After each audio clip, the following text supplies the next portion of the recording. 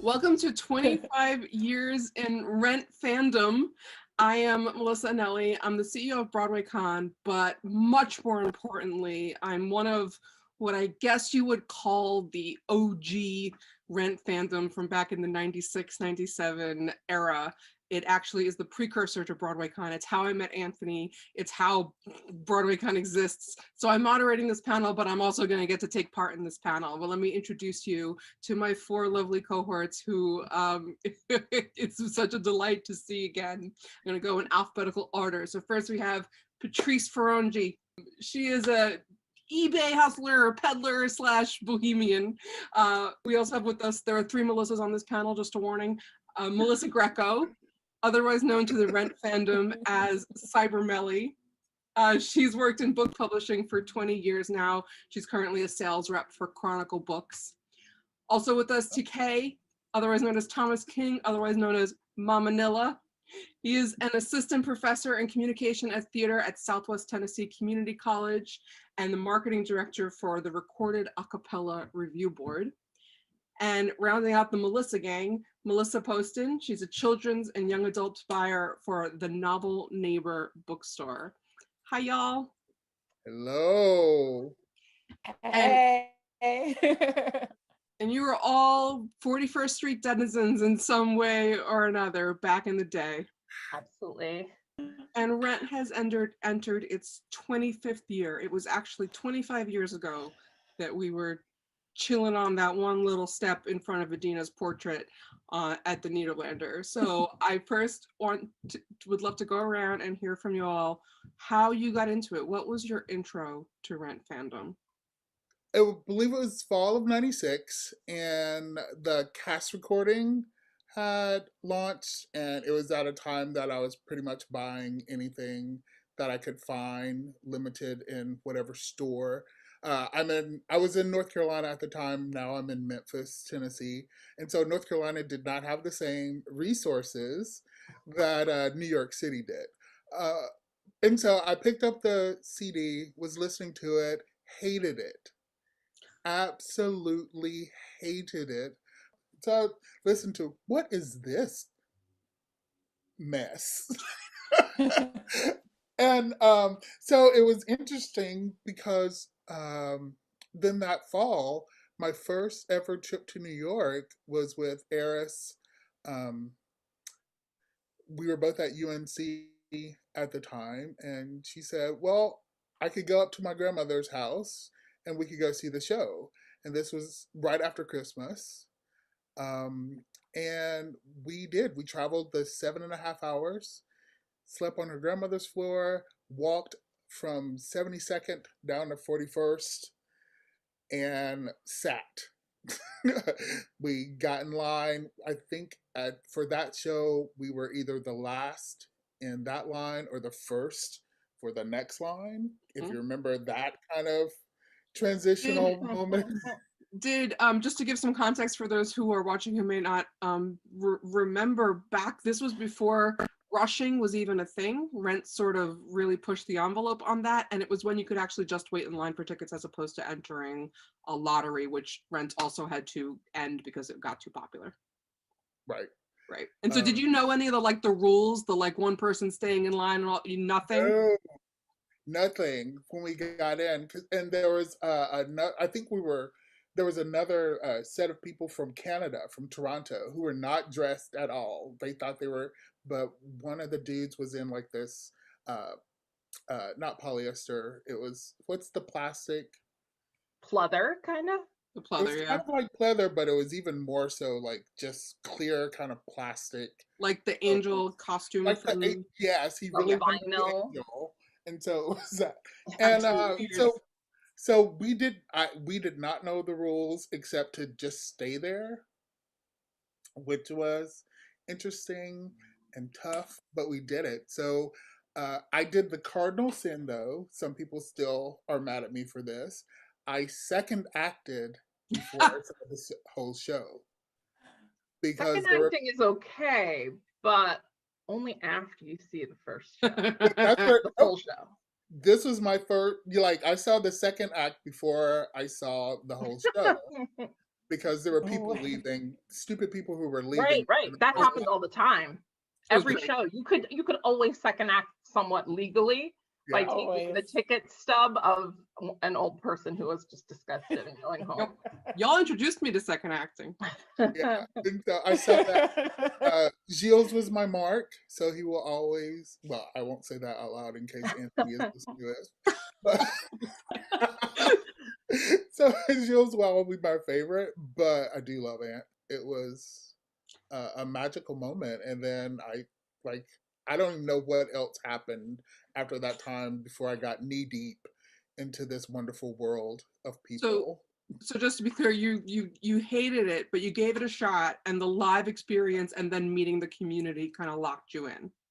Locked completely. It was just like beyond seeing it, and just I think it had always been intrinsic in me because Hair honestly is my favorite musical, and that Mm-hmm. and it's nothing but New York community and experiences and differences and accepting and loving everyone, and this show was the modern version of that for me. I get because again, I guess the first song that I ever saw was Seasons of Love, and you can't help but cry Right. at Seasons of Love, and I was done. Like literally, I was done. Great. So I want to go around a clock on my screen. So next up is Melissa Poston. So for me, it was the Tonys. I hadn't actually even heard of Rent until I saw it on the Tonys, and I was like, what is happening here?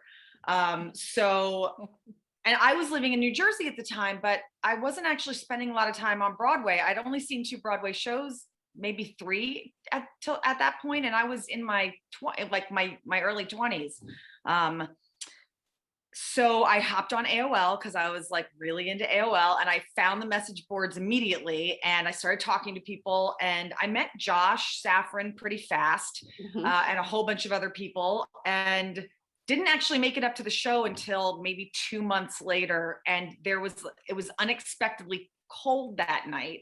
So we were freezing because we were newbies and I didn't bring anything. You know, I learned very quickly, like by the time I was there for the second time, I had a special sleeping bag. I had like all the gear, but that first time it was really cold. So that, like, my primary memory of waiting online is how freaking cold I was. oh yeah. But the whole original cast was in. Everybody down to the, every single person. So that, and it just knocked me away. I was on the very left-hand end of the front row. And yeah, in a lot of ways, it just changed everything. Cyber Melly, which is the only way I can refer to you. You're next. So I have an interesting story too. I was in high school finishing my senior year when Rent opened, I guess, at New York Theater Workshop, and then quickly transferred to Broadway that spring. And as part of school, in our government class, we had to subscribe to Newsweek. We were like forced to or something. And so we got the Newsweek issue where Rent was on the cover. And I was like, this is really cool, this show. And I didn't know anything about it. I had seen plenty of Broadway shows, but I lived on Long Island with my family, grew up there. And so we'd see a Broadway show every year, but it was like a big event. We didn't go into the city all the time. We went in once or twice a year for a Broadway show. So I immediately decided, based on the Newsweek cover, that I needed to see it. Then found out that it was impossible to get tickets. Harassed my parents for months and months. Like TK, I got the recording as soon as it came out. I think that was in the summer of '96. And like TK, I hated it. I grew up listening to things like that. And so then in the fall of '96, a friend of mine came home from college. We got together. She saw the CD in my room, said she loved it, and we started playing it again. And I don't know what it was. It was just, it was 6 months later. She loved it. We listened to it a few times, and I became obsessed with it. So then I harassed my parents some more because it was still impossible to get tickets. I didn't think to look online at the time, I guess. I barely had AOL probably. And So eventually they paid to get us tickets through a broker for myself and my sister. And we got third row, but they cost quite a lot. And so it wasn't until I showed up to see that show in early December of 96 that I even knew that camping out or the line existed. And then as soon as I saw that it existed, I started doing it like every weekend, because for me it was a 45-minute train ride. And then when I started college, I actually organized my classes schedule so that I could have Tuesdays and Thursdays off, because it was easier if you came on a Tuesday morning. You could get there at like 5 a.m. and still see the show that night, as opposed to on the weekends where you'd need to be there for 24 hours or so. Yeah, so I wound up seeing the show like 67 times in the course of 96, 97. And whoa, in a year? Yeah. Oh, a year and a half or so. So 96, 97, there were a couple of times in there that were significantly later, like a random 2007, 2004. But honestly, if I'm going to be honest, the bulk of those were in 96, 97. As Melissa P. was saying, seeing the whole original cast was a big deal. Yeah. And out of those 67 times, I saw the full original cast with no understudies at all one time. Oh no! Wow.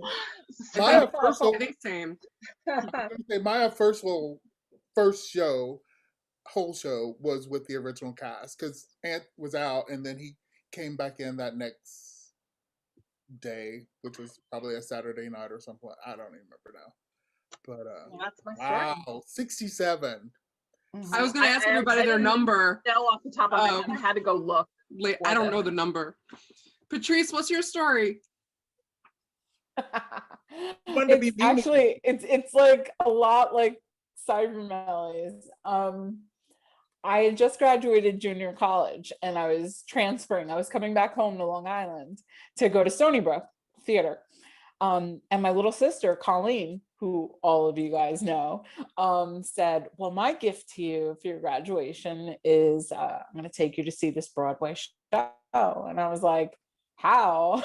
You work at TJ Maxx. Like, we get there and we rushed the line. We slept over and we had no idea how the show would impact us. And it just changed everything. And I experienced it with all these people that I just had a big slumber party with.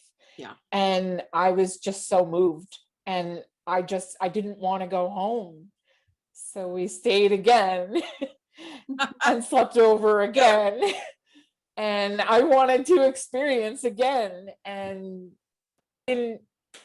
then I was there pretty much every weekend until we couldn't do it anymore, because these were my people. And I finally found home and community through a show and strangers. And very verklempt talking about it, because those are still my people today. Yeah. I have a very similar experience in that. My sister had seen it, and her New York, she was at NYU, and NYU, so she had an extra ticket. They had some student tickets, so I went and saw it in late '96. And Anthony was out. It was Norbert Leo. No, Adam was out, and it was Norbert on as Roger, and that was my first Rent experience. And it blew. You know, I grew up in Staten Island. Southern Staten Island, so extrapolate from that what you will. But as a lover of story and a lover of people and a lover of experience, like seeing this cacophony of experience just like blew my mind open. And when I went home, I just needed to find more. That was sort of the way I am, and I found the community online, and then I learned about the line, and I got on email lists, and I learned I started to make pen pals and friends, and I would see y'all post I saw this whatever, you know, and I was 16 and I went to my parents and said, I need to go sleep out on 31st Street so that I can see a Broadway show. And they looked at me like I was an alien. But eventually I was able to join the line very early in the night. I had somebody waiting for me in the beginning part, and then I was able to like join safely at like 4 or 5 in the morning for the first time. And then later on, I just, you know, I did it more. And actually, and then, you know, we all that online activity, the shared love that already existed between a group of people when you met, I think we can tell has formed the basis of a couple of things in my life now. And so that it was just so unbelievably formative. And then it just like continued. Melly, I will never forget my senior prom, stopping by the line in the limo, these people going, what are you doing? I said, we are near 41st Street. I know I have friends sleeping outside that theater. We are stopping there. Somewhere there exists a photo of you in a prom dress, me bundled up to sleep out on the street. Oh my God. I have to. These are my people. And so we like bumbled out of the car at like 3 in the morning and took pictures together. It was just so delightful. I love that. Wow, that's amazing. It made me think about how I guess for the first show, or what was the longest amount of time you waited in the line before seeing the show? Because when y'all were talking about it, mine was 36 hours. Mine was 36 hours. Patrice and I might have the same one. It was, you know, as Melissa A. said, you know, eventually this line went away, and that was partially because it got really out of control to the point where you'd have lines of people waiting for 5 different shows at once because the line wait got that long. And so as original cast members started to leave the show in the summer of '97 and everyone wanted to be at their last performance, that's when the line waits got really crazy. So we did a wait of maybe 3 days for Adina's last show in July of '97. Wow. And again, like Melissa A. said, after a while, it became this sort of thing where everyone there knew each other. So we would leave and go to a hotel and shower for a while, or go to someone's apartment because there were, you know, your friend was waiting in line. But yeah, I think that was probably the longest that anyone ever waited. Wow. And then it was a week. It was a week after that the line was no more. Yeah, that was my first line. That was the night that I was allowed to come, because remember I got like some tip from a friend of a family member about when her show was before they were really announcing last shows. It wasn't like a thing they announced the way they announced it. Right. And so I kind of might be partly responsible for that, but it's fine. It's fine. Those things always would get, I mean, we knew in April when Daphne's last show was too. So those things usually did leak out, but you're right. It was totally unlike today when things like understudies are announced in advance sometimes. And you kind of slip in going to a friend's apartment, and I bet more than anything it was Catherine's. Yes, I was going to say true. She was just a few years older than us, but kind of on as like her kids, especially because many of us were new to life in the city and come use her apartment. So who we're referencing is Catherine Skidmore, who was sort of like a den mother to all the redheads who were staying on the line. Hands up if when you met her and you had an experience, you'd had like a relationship with her before, like an online like text relationship, she slipped you the OBC opening night bootleg. Oh gosh, I don't even remember, but probably. I had to ask her afterwards. I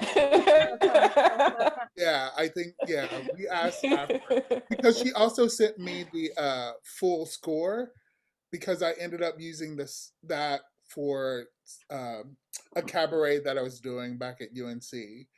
Did anybody ever sleep out on a night when somebody pitched a tent? No. Twice. I mean, I saw the show probably 24 times on Broadway, and I was there twice when 2 completely different groups of people pitched a tent on the sidewalk, and I was like, what are you doing? Lampers came in from Scarsdale. Yeah. I also saw a guy run a cable. He parked his car illegally right across from the Nederlander, ran a cable from the battery somehow up like over the street to the sidewalk and plugged in a television so he could watch some sporting event. And I was like, I don't know what you're doing here. This is very strange. They're important. I mean, there were definitely interesting experiences. My sister once woke up and there was a homeless person sleeping in the sleeping bag next to her because it had been abandoned by somebody in the night who went to get food or something like that. I mean, anything went, you know, you could never predict what was going to happen. But it kind of spoke, Melissa, to the posted to the universality of the show. Very true. This sports fanatic who couldn't be away from his TV to watch the sport, which why didn't he just bring it on a radio? But there you go. Oh my God. It's not 1940. I mean, come on. That was making me think the other day I was talking, can you guys hear me? Mm-hmm. I was talking to Nikki James and we were talking about how we would go across the street to XS to check our email. I was just going to ask about XS. Sorry. How many minutes? How many dollars per minute was that email service in 1996? So was it like $8 to $9 a minute? It was something like we got maybe 10 minutes and it was $5 to $10. Yeah, because we would run in. It was like Shannon and Nikki and like me and Sasha, and we were like, okay, it's my turn, pushing them out of the way.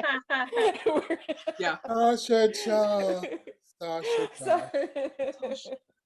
And let's be honest, you weren't checking for anything important. You were checking the major domo list to see the listserv.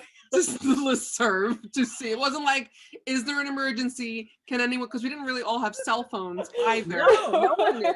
It was, have understudies been posted? Yes, that's.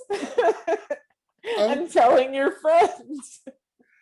So that's right. I'm trying to think about the major domo. I'd forgotten about the major domo list, but to make me Clicky Bitches was a break off. We should explain. We defected domo list. Oh my God! Okay, can you explain Clicky Bitches? Can I explain it? I don't know, but it goes to Sally Chu and back to Catherine, who something happened on Major Domo on the original mailing list. I don't know what it was, but drama on an email list. Right? No. What? Related to the theater? Flame Wars, or you know.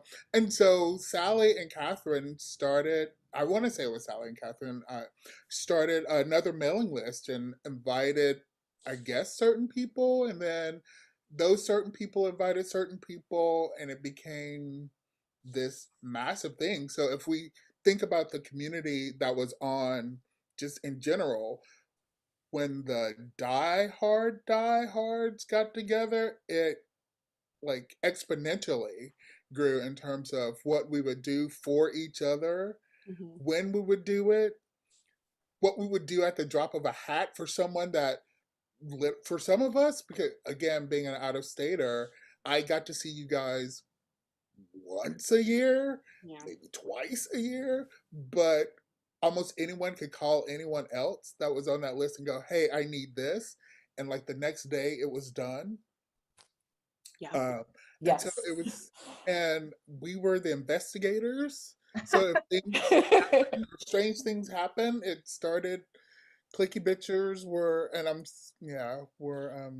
the name was a joke because somebody that's in right. the midst of a flame war said, this is a bunch of, people say things. And so they sort of were like, well, fine, that's what we'll call it, and while it was, the list was getting very big, and it was a way of having people be able to be, who knew each other well, be in touch. But there is a sort of flip side of fandom and the list thing and the line thing, where it was getting a little bit exclusive-y territory. You know, to a newbie coming in, we wanted it to be this welcome experience. And I think, like some of you said, like it was almost welcome when the line unfortunately went away, because it was really hard for somebody to access that group after a while. Right. Definitely ran its course. Yeah. And it was almost to the point, because you had said, you know, OGers, but there are so many people who have in their head that they were the OGers. Yes. And so it was really interesting. I love the fact that Melissa P has the Rent book behind her, because one of my best friends is in that book. When he and I'm in that book.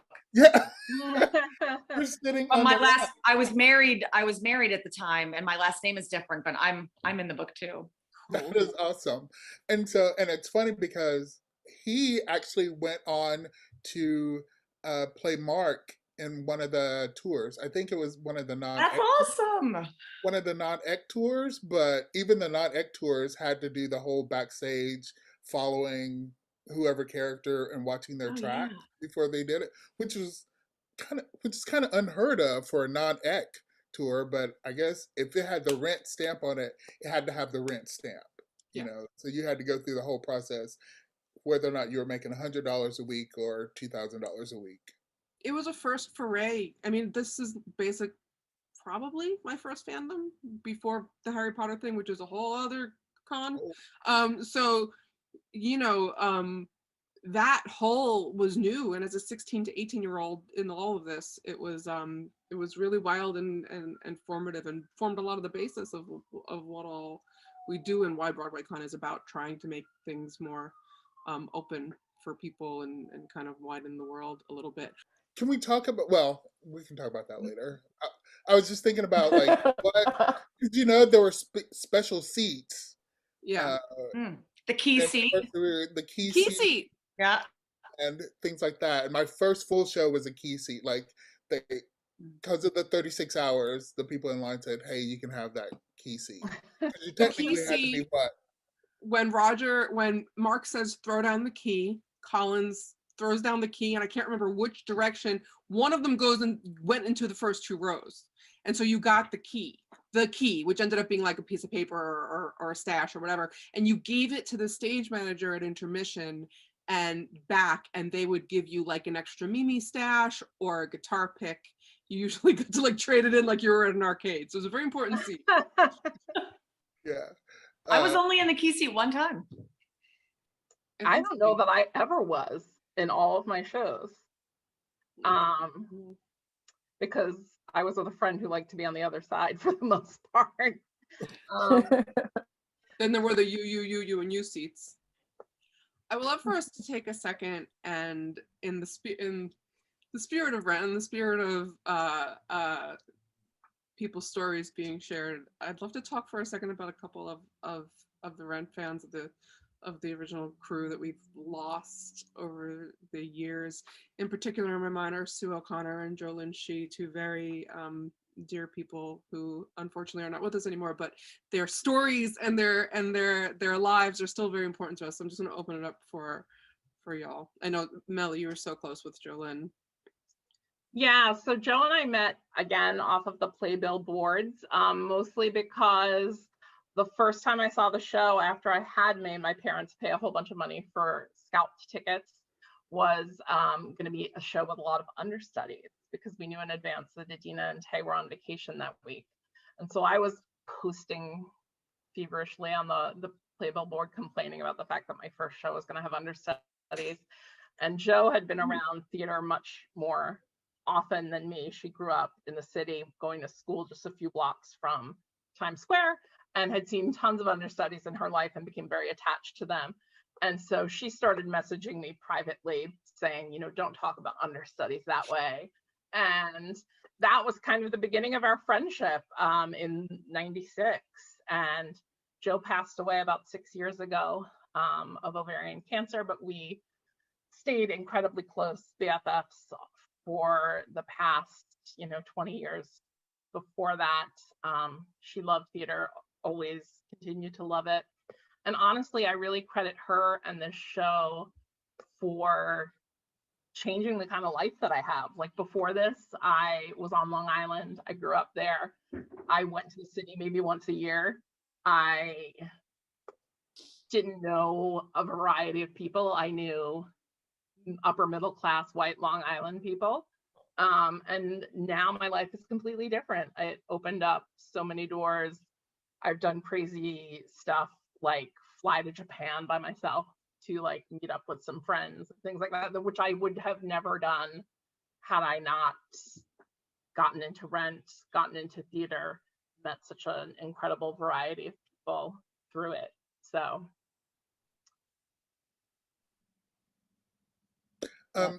Sue was amazing. We were the I was gonna say the matriarchs, but that's not true. We were just part of the older crowd, say the least. We were at the upper end of, I guess, what was acceptable to be hanging out on the line with the people who were 16 at the time. You were 25 at the time. Yeah. Right? 25. Yeah. Very old. Yeah. And she might have been 26. But Sue definitely after a while, she's like, I'm too old for this. Like, y'all can sleep out. I'll just buy a ticket or something like that. Because she lived in Chicago and would come in, and she was just a very calming person unless there were pigeons around. And then she was a freak out because she was deathly afraid of birds, but especially pigeons. And if you know 41st Street near the Nederlander and the Lion King, that nothing but pigeons. It was like, and it seemed like if Sue was going to be there, they knew, and so they would call all of their pigeon friends to come and see the girl who was afraid of them. But she was wonderful, and she was one of the people who, I think she started some of the traveling to see other shows, like to branch out from just seeing the New York company, especially after the two national tours were going on, and it opened in London and a couple other places. I can't remember how many places she, Jen Ben, Kat, and who else? Like Melissa, just flew there's around. another Melissa. Oh yeah, Osterwin.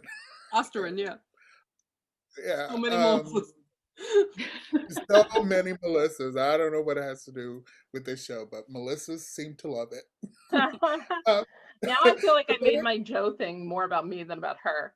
So I want the rest of you to share anything about her as well. I mean, Joe was super into Daphne. She was also like our resident photographer. She always had a camera with her. Again, this was before digital cameras, so you were talking about film and getting film developed. She loved to take photos of people on their own without her in them, so like a professional style portrait. So her thing was always getting, particularly in costume during the BCEFA time. Actually, I want to share with Melissa A some of her photos in case you want to put any of them up too for the 25th anniversary. After Joe passed away, I got them all scanned, so I have access to them, and you can share those because she has some great photos of the cast that she took during those early years. I would love that. Definitely known for her photography by everyone, even the cast, because the other thing she would do is if she took a great picture of them in costume, she would get it developed and give copies to them as well, which they loved. I remember that. Joe was such a light, and seeing somebody, knowing that I had this like burning theater passion in me, and then seeing somebody who was sort of living it already and was of a similar age, she really encouraged that to come out, and like just the way that she would talk about understudies and the way that she would post on the list, and it started a lot of other people doing it. I saw the show tonight with this understudy. Here's how this understudy's performance slightly differs from, like for instance, Christine Lee Kelly versus Idina. And like all that love for all the different textures that people were bringing to performances really has persisted to the way I see Broadway to this day. And now you see that a lot in fandom too. Yeah, right. Yeah, she was totally a pioneer amongst some other people. Like I said, she was really into Les Mis when she was younger, because it was literally, she would second act it every week. Wasn't her username like Eponine Girl? Eponine Bell. Eponine Her Bell. name was based on Eponine and Bell from Beauty and the Beast. But yeah, so she would cut middle school in the theater district and second act a show virtually every Wednesday matinee, be it Beauty and the Beast or Les Mis. And so yeah, she was definitely one of those, because I mean, before Rent, theater stage doors and things like that, there were a handful. We're talking like one or two people who would do things like that. And really until the show, that wasn't a thing, but she was definitely into it before Rent. Can you talk about one way that, or the way that your participation in early Rent fandom changed your life? So when the Rent fandom started, I'm married now, but I was married to someone else. I was married very young. I'd only been married a few months when I discovered Rent, and I should not have gotten married. He was a very nice guy, but it was one of those like two people from, unhappy childhoods find each other and decide we're going to make our own family. And I was really unhappy in a lot of ways. And that was a big part of it, but I was not a very happy person. I didn't know what I wanted to do with my life. I was sort of just floundering in a lot of ways. And I very early in my Rent fandom days met this group of mostly theater artists, mostly older than me, who just sort of took me in and opened everything up for me, like just made me feel like I was more than I thought I was, and gave me confidence that I'd never had, and really just helped me grow up in a lot of ways. And I would never have met any of them if it wasn't for Rent. And a lot of us are still really close today, and I'm so grateful to still have them in my life. I mean, it's dual in that at first it was, when you think about what you want to do with your life or where your passion is, of course, I was a musician, I was in a band, I wanted to do theater, all that fun stuff. Yeah, I ended up having lots of surgery and couldn't really do that sort of stuff. And that was okay. It didn't even need to happen, because for me, going there with my sister and my brother and my mom and meeting all these people and this show, it just opened up this world. And I know we talked about that, but all you guys, every weekend, it was like all of a sudden I was less lonely and less lonely. And I know that's very emotional, but for me, it was all of a sudden I could breathe. The second I got off the Long Island Railroad, started walking up towards 41st Street, it was like, I'm with my people, I'm calm and I'm happy, and it was the most wonderful year of my life. And we're going to see this amazing show. Yeah. We're going to joke around together. We're going to sing together. Here we are 25 years later, right?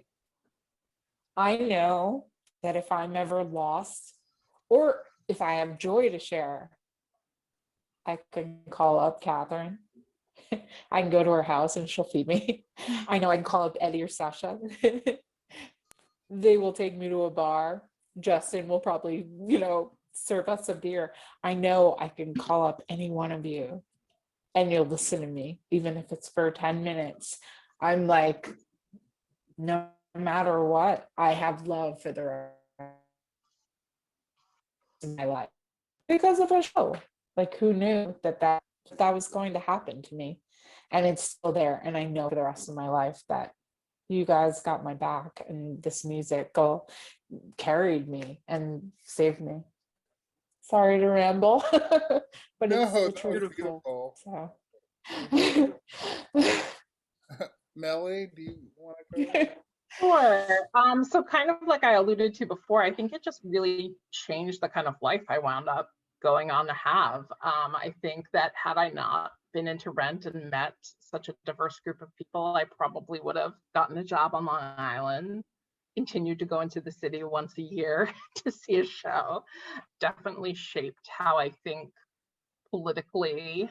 I mean, just it's a completely different kind of existence than I might have otherwise had.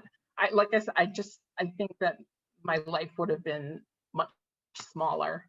That first trip in December of '96 was my first ever idea of going to New York City and just experiencing this place that truly felt like home, even though I'd never been there before. And it was because this show said, home is the people that you make your home with in your life.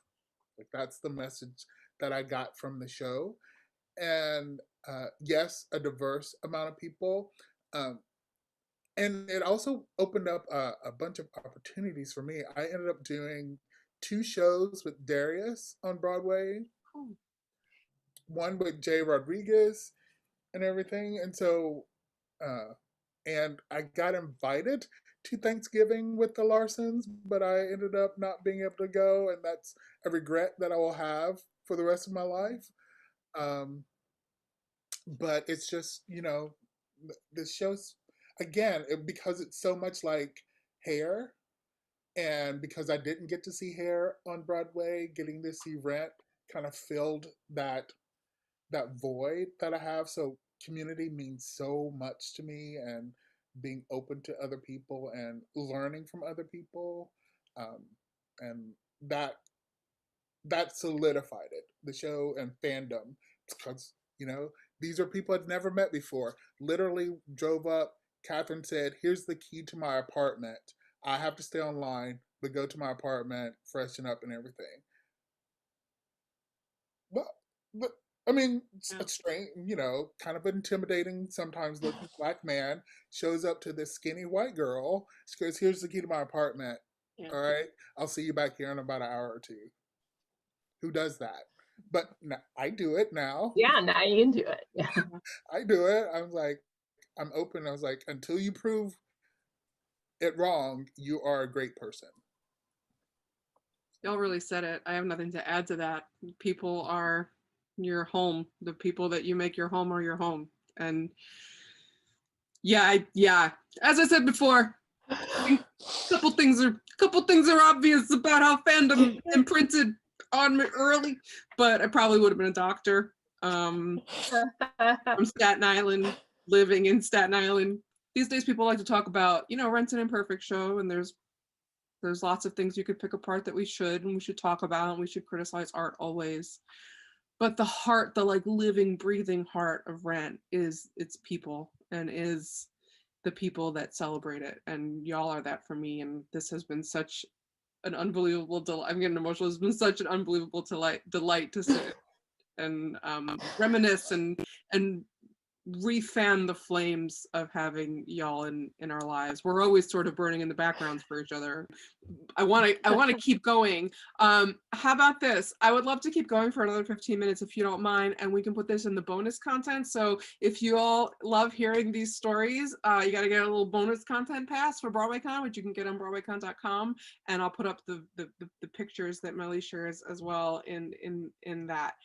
So at this moment, we're going to do a little false goodbye to say goodbye to our public stream, because we're running out of time and we have to keep it tight. So if you want to hear more from these lovely people, you got to get a little bonus pass. All right, let's keep going. Do it.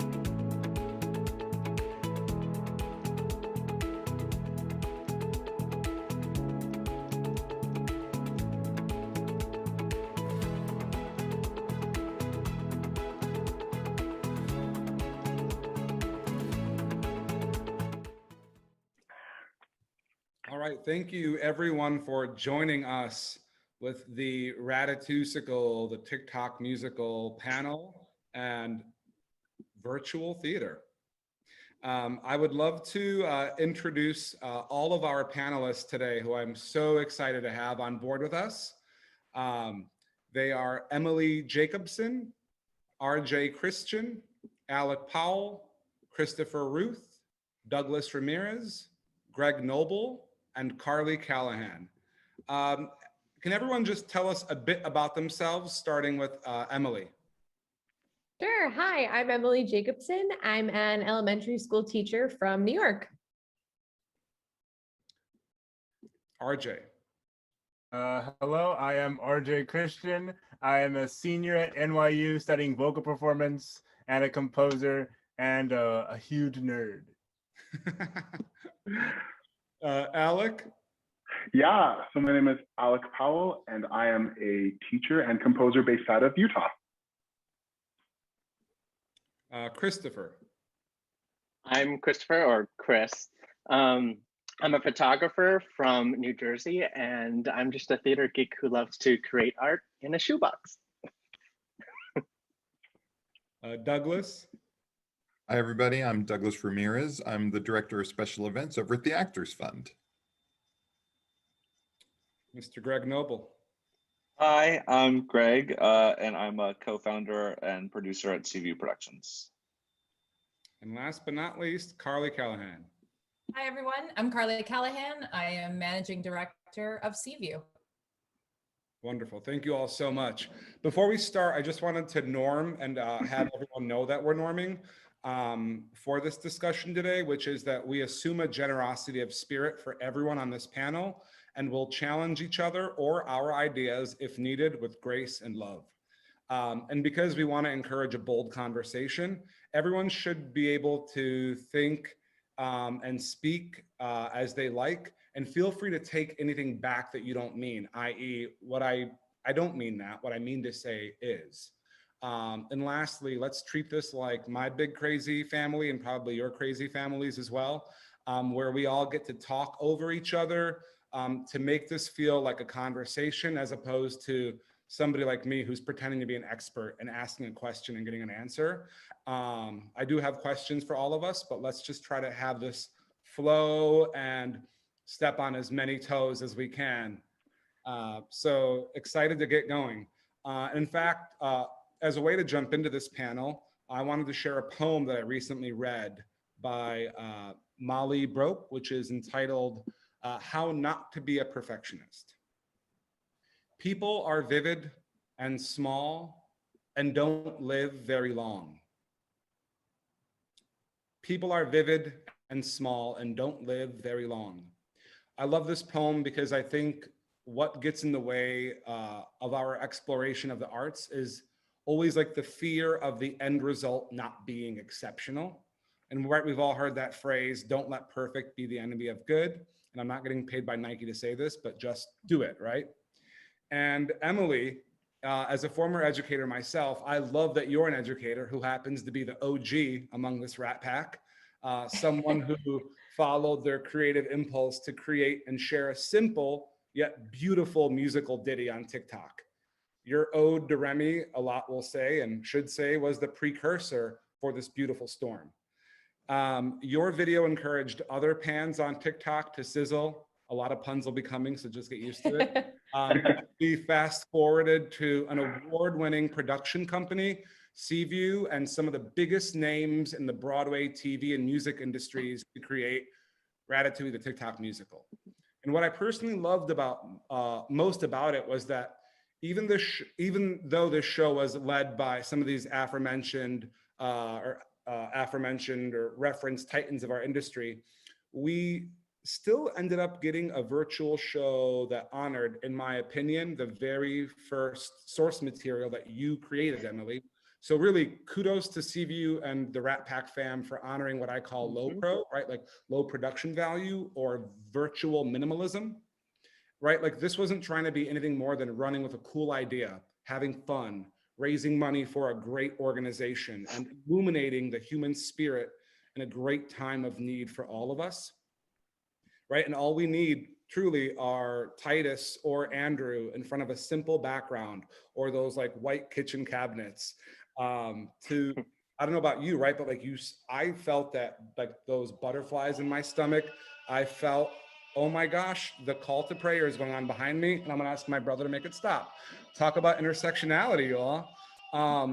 All we need are, as we have the adhan and Allahu Akbars going afloat everywhere, all we need are Titus or Andrew in front of these like simple white kitchen cabinets to make us feel that magic, that moment when, you know, Ode to Remy swells, right? You're like, oh my gosh, and hearing the Broadway Symphonetta, all that was achieved. And Ego reminds us, a great cook can come from anywhere. So now I turn to you all, the creators of one of the biggest shows this year that honors the smallest of cultural icons, Remy, because we all want to know exactly how this became a reality, and more importantly, how the spirit of something like this show can guide us towards the future of Broadway. So my first question is to all of you. I want to ask this question on everyone's mind. How did this happen? What came first? Can you speak about your entry point into the process? Any of you here, right? I think they all want to know, how did this free range sausage get made? I think we were, oh, sorry. No, go, Chris, please. Oh, I think like it was just unexpected. Like no one knew like this was gonna happen at all. I know like it started from Emily's video into Daniel Merciless's video, and all of a sudden like there was this wave on TikTok of theater kids starting to create like songs or designs for this so said musical, or like I think it started out as a joke, really. I mean, I think we all can say that it was pretty much like a joke. Like what I posted, I thought was funny. I was just like, oh, this is gonna be like a silly joke. I'm just gonna post it and not think about it and like go on with my life. But then all of a sudden, like a million views later, I'm like, what's happening, you know? So I really think like no one was prepared to like see where it was gonna end like it did. Right, and while the Azan is still playing, like when you made this like shoebox model, you weren't thinking like, oh, if I do this, somebody's gonna approach me and say, right? It's like, I'm just trying to have some. Yeah. I mean, the models I make, I think like multiple like interviews I've said, it was just for myself. Like I love like creating like mini sets, and like during the pandemic, it was like, you know, I didn't have Broadway or like theater to go to, so I had my little set model to like create my own little world, my own little Broadway. And so, you know, I did like Wicked and like all these fun shows, and all of a sudden there was like this trend on TikTok, and I was like, you know, it'd be funny if I just stuck in like a little Remy into like my set designs, and then all of a sudden it just like blew up. So it was such a crazy experience, honestly. I feel like we also have to acknowledge, like, you know, like I feel like we all have like our own sort of entry points, but the world was sort of, you know, with the pandemic, there was just a big vacuum of art and inspiration. I think to the point where, you know, me personally, I was willing to put hours of effort and you know, lyric after lyric into what I still felt was not that much more than a joke, you know. Like I felt, you know, I orchestrated these songs, and you know, I recorded these demos, and I got my roommate to do choreography with me in the kitchen, because I had not written a single good thing that year. Well, I like that you're saying like a joke, and yet you borrowed like a harmony from like Stephen Sondheim and matching, what is it, Michael Giacchino's aesthetic from the original film score. It's like, no big deal, just having fun. So rigorous. It was, well, would I tell you that every song I tried to write before that year, terrible. That the pandemic sucked all of my like inspiration and talent out of me. And so that was like the Ratatouille stuff. I thought like the first good thing I had written in 2020. And I feel like, you know, that's what we needed. You know, everyone needed something to latch onto and collaborate with and play with. Which is why we got like, you know, there's thousands of Ratatouille songs that, you know, that have been written and choreography and dramaturgy packets and costumes. Like it so many people put so many hours into this because we all just needed it. Yeah. It felt like during this time of pause and stasis, just the very idea of having this incredibly short timeline in which to create something and knowing that something was going to be created and not really knowing how that ultimate expression would be. There was just this energy, an infusion of energy that I think we all had, and this adrenaline, knowing that we were kind of moving against this period of darkness and creating something that I think had so much light and beauty. So it was terrifying, but exhilarating at the same time. Absolutely. To add on to what Carly said, it seems like everyone on TikTok was yes-anding each other's work. There was no, this isn't what this will look like. It was, this is great, now I'm gonna run with that. The overture, which admittedly I hastily threw together in about 45 minutes, I was from a video that RJ made that didn't make the cut. And looking back, speaking to being okay with just good enough, the first week I made it, I kept thinking I should make a different one. It's not my best work, but also it is work. And we've all been in this, again, period of stasis where art has been so hard to come by that feels valuable just because the world sucks right now. And so to have some small grasp of good has been beautiful. Beautiful. Yeah, I think like going off what you were saying about like, wait, you said that your inspiration came from RJ, Alec? Yep.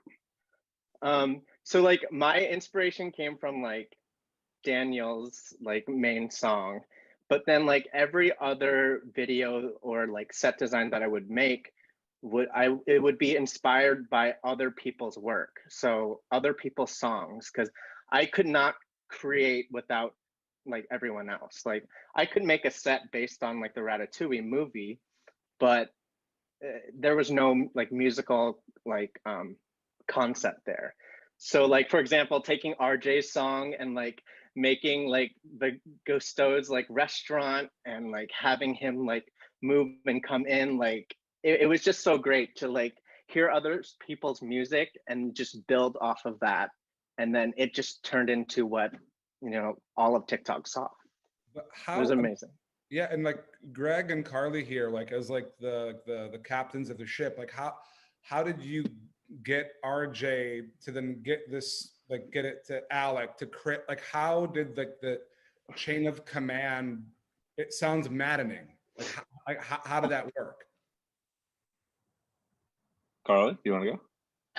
Well, I mean, we were, have to take a step back to when we were initially kind of in this process of discovery and fascination that, Emily's song had erupted into all of this creation around this concept. So we were just so taken with all of these creators and how everyone was building off of everyone else. And we started to track internally, who was making what, and became more and more and more obsessed with all of this making that was going on. So it wasn't really being a catalyst for any of that in the beginning. It was just kind of watching it and being mesmerized by it and feeling this sense of urgency that as producers in this moment, it was incumbent upon us to recognize the moment, amplify these voices in a way that hadn't been done before, and kind of give also a moment for the world to recognize the way we were recognizing, like, this is something really special and magical. So let's see how we can bring it into the forefront of the cultural conversation. Love that. Perfectly put. And I think to add to that real quick, I mean, when we were thinking about it, we were further fueled by the Actors Fund and the work that they had done. And we had been looking for a way to support that. So it was kind of this incredible alignment of all of these creators, this huge, enormous need, and are endeavoring to try to make the most of that opportunity. I'm glad you mentioned that, actually, because, Douglas, you are the director of special projects at the Actors Fund. I know you've done some incredible work there. I believe it was like over $18 million given out to entertainment workers everywhere. Maybe that number has even grown since my last research, and I'll give you the opportunity to talk about that. And I wanted to ask you, because like you are a producer at the Actors Fund, a global pandemic, and I can tell you as the leader of Broadway for All, another org, you are raising money for an organization in a global pandemic, which feels like the worst time, right, for us to raise money for a not-for-profit. And yet this event raised over $2 million for the Actors Fund, and you all were able to give out even more money to entertainment workers who are in need. What has this event taught you about fundraising and capital in times of peril? Well, that's a great question. And I can tell you, first, the number. Let me tell you, so I am the director of special events over at the Actors Fund. And I can tell you to date, since March 18th of 2020, we have distributed over $20 million to almost 16,000 people. And I can tell you, we've also assisted over 40,000 people through our programs, which is a 71% increase from 2019. So clearly the need has been there. It continues to be there. But yes, since the pandemic hit, I had to learn to pivot pretty quick, I have to say, and embrace and love the virtual world. So there have been a multitude of projects that have been done for the Actors Fund. I have to give credit where credit is due. The very first one out of the gate was Seth Rudetsky and James Wesley with Stars in the House. They started the week after that Broadway shut down, and they still are going every single day of the week raising money. It's incredible the work that they're doing. And then the next big one that happened for us was the Rosie O'Donnell launch of the Rosie O'Donnell show with Eric Bergen producing that show as well. So we were thrown into the deep end of the pool is the best way to put it. And luckily, because I had had several months of this happening, when Greg and Carly contacted us at the Actors Fund and said, we're doing this and it's happening really fast, I was like, let's go. I'm not even going to, let's just go. I was excited to have the opportunity to do this, and we all jumped on board and we really got it done. But ultimately, I think similar to what is really what we're celebrating about this musical and the fact that it came from TikTok is that it's about community. This community at TikTok really, I mean, came together, and I was watching this unfold myself. I have to admit it. I'm addicted to TikTok. I should probably like start a self-help group or something for this thing, because I'm up until all hours watching this thing. But I love it, and I saw it unfolding. So as soon as Greg and Carly called, I had to explain to everybody at the Actors Fund, this is what it is. This is what's happening on TikTok. It's blowing up. We got to get on this, and we did. But the outpouring of support and love from the community itself to help the community has been tremendous, because quite honestly, if you think about it, anytime you think about a hurricane, wildfires, famine, wherever it might be somewhere else, the entertainment community steps forward very quickly to lend their name, their celebrity, and to assist. This is the first time we really had to reflect and turn to ourselves to help ourselves.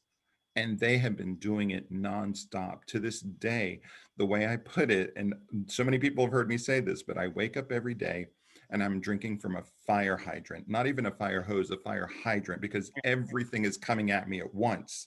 But I, much like you guys did when you first started this project, I start every day with yes, and. Thank you for bringing this project to me. Yes, and what can we do to amplify it? And that's exactly what we did here. And putting this together in 4 weeks. Let's not forget that. That's the big number that I don't think anyone here has mentioned just yet. It was 4 weeks from start to finish. So applause to everybody involved in this project. Yeah, and you talk about community, which I want to now ask another question. But before I do that, in 4 weeks' time, this means that like a lot of the creators on this panel right now were shooting out ideas and some getting shot down, just to like give some nuggets to some of the Ratatouille fans out there. Are there any babies that you had to kill or do a Sophie's choice with that you might want to share? I mean, like, Chris, do you have like this like set piece that you're like, they never used this image and they should have, or maybe like the next version of it? Or RJ or Alec are on music, Emily as well? Yeah, definitely. I mean, yeah, 4 weeks was like such a short amount of time to like put a whole show together. And it's just even crazy that like, you know, we even got the recognition off of TikTok. But again, it came from like the community and the support and like all the love and like people seeing that this could be something. So thank you, Seaview, for like recognizing that. But yeah, it took like I was contacting David Bengali. Him and I, you know, he did all the visual set stuff for the actual show.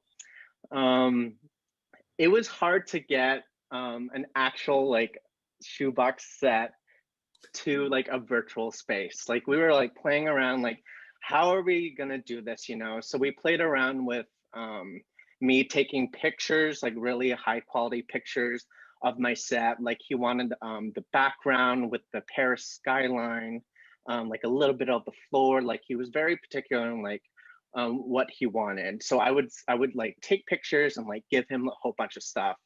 And like at the same time, I was like so busy with like, you know, I was getting like more work coming in for myself, like as a photographer, and I was really busy. So it was hard to like coordinate, like, you know, putting this together in 4 weeks, like while doing like my main job and like trying to figure out how we can like merge, you know, reality into this virtual world.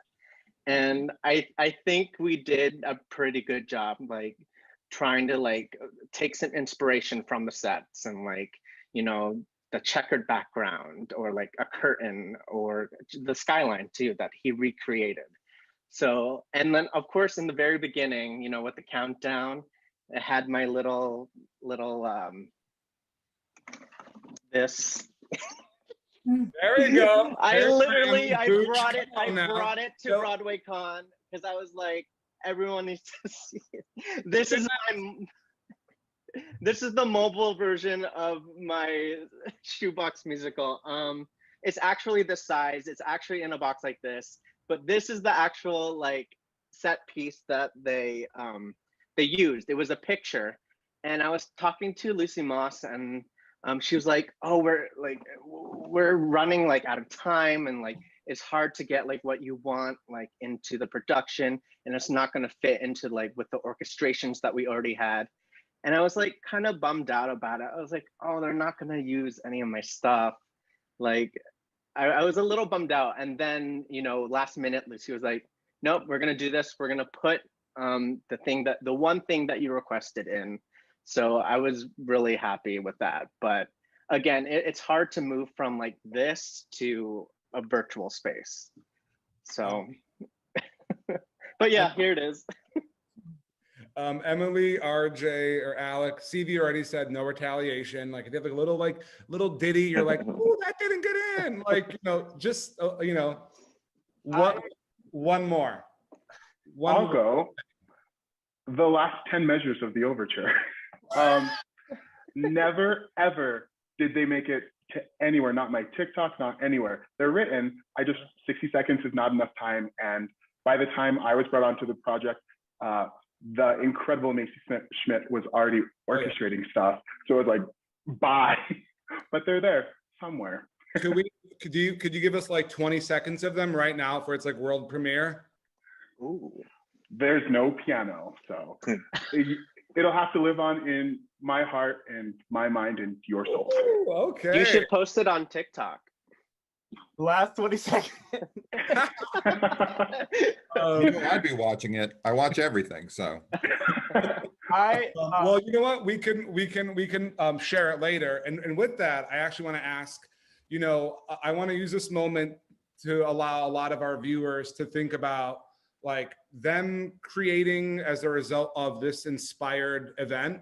And the question on a lot of people's minds as they start to create their own idea of virtual theater is, we all know traditional theater is meant to be experienced live with an audience, to really share, you know, Douglas, you're talking about community, right? And like how there's this ritual of gathering among people and knowing there's someone next to you, sniffling, or like we weirdly miss people's shoulders touching us, right? When we were inconvenienced by it and saying, why am I paying $160 for this? And so my question to you is, now that everything is streaming, how important and impactful is it for you to have a show shared with the world for a set time period, causing all the viewers, right, to watch and experience this digital or virtual show together, as opposed to like leaving it open-ended like one of the streaming giants, right? So it's, although I do believe, right, we had 72 hours to see Ratatouille, like it felt, and even that opening, right? Like, I mean, people were there, and I mean, everyone was trying to log on at the same time. It was a big moment. How do you think that feels comparatively with like with just releasing it and saying, watch it whenever you want? I think it recreates the cathartic feeling of being in a theater. I know, you know, we're all so removed, but we all logged on our computers and just sat and waited. And I think knowing that you know, millions are in anticipation of this event, it was unbelievable. And I'm sure we all were just as excited. Yeah, I really felt that excitement, like when the lights go down in the theater, when like I clicked play and it wasn't going and I had to keep refreshing. I'm like, all right, it's coming soon. No, Mom, don't log out. It's gonna work. It was just kind of, you know, that excitement I really was missing out on over the past few months. I think there's also like, it was kind of sad to me that like as soon as the pandemic hit and people tried to do theater over Zoom, we also desperately wanted to cling to form. Like so many boring pieces of Zoom theater, and they're all done the same way. It's like, we've been on Zoom for like a month. How are we already all doing the exact same thing? And I think it was so exciting because like it was theater trying to be theater again. And that was really exciting because like, it's not just, you know, a bunch of people like sitting in boxes, you know, and you're like, you know, chill. Like it was an event, you know, people got on their couches and their families together, and they had snacks, and it had pomp and circumstance, and yes, I think that's what we miss, the theatricality of theater. I agree. I feel like so much of virtual theater is like in that one episode of How I Met Your Mother, where it's like we all get dragged into our friends' like black box show that's like experimental, and like we all have to like sit through that, you know, and it's like, and that's what a lot of it felt like. And so this really was a breath of fresh air, because you're like, oh, this hasn't been done this way before, and it's making me think of X. And also like, I feel like we've heard that Ratatouille doesn't intend to go to Broadway in the future, but like, you know, for people that are doing virtual productions of what could be on Broadway or et cetera, like, does it have to be live captured the same way? Can't we do it in a very different medium and still learn something about it before we take it into another medium? Any thoughts around that? Yeah, I think one thing that's been so exciting about watching what turned out to be a wholly new original musical take shape online was, you know, we effectively had a digital workshop of a show that wasn't intending to go further. The event was always meant to be terminal, but you know, I think so much of the process was a normal developmental process of putting collaborators together for the first time, trying things out. You know, we only got one whack at it in only a couple of weeks, so we'll call it a lab. But it's interesting to think about both sort of how we talk about how social media helps us democratize access to creators. You know, we talk so much about in the theater business democratizing access to see shows, which is super important. You know, but I think something that's really important is talking about how we make sure that the the access to the pipeline of creators, many of whom are on this call today, who Seaview may have not have run into in our normal course of business, are now collaborators in the Seaview family. And the fact that we were able to all sort of come together and workshop something digitally, I mean, there's two sort of big takeaways that we got from this process that we could have never expected, were huge fundamental learning shifts for us as a producing organization.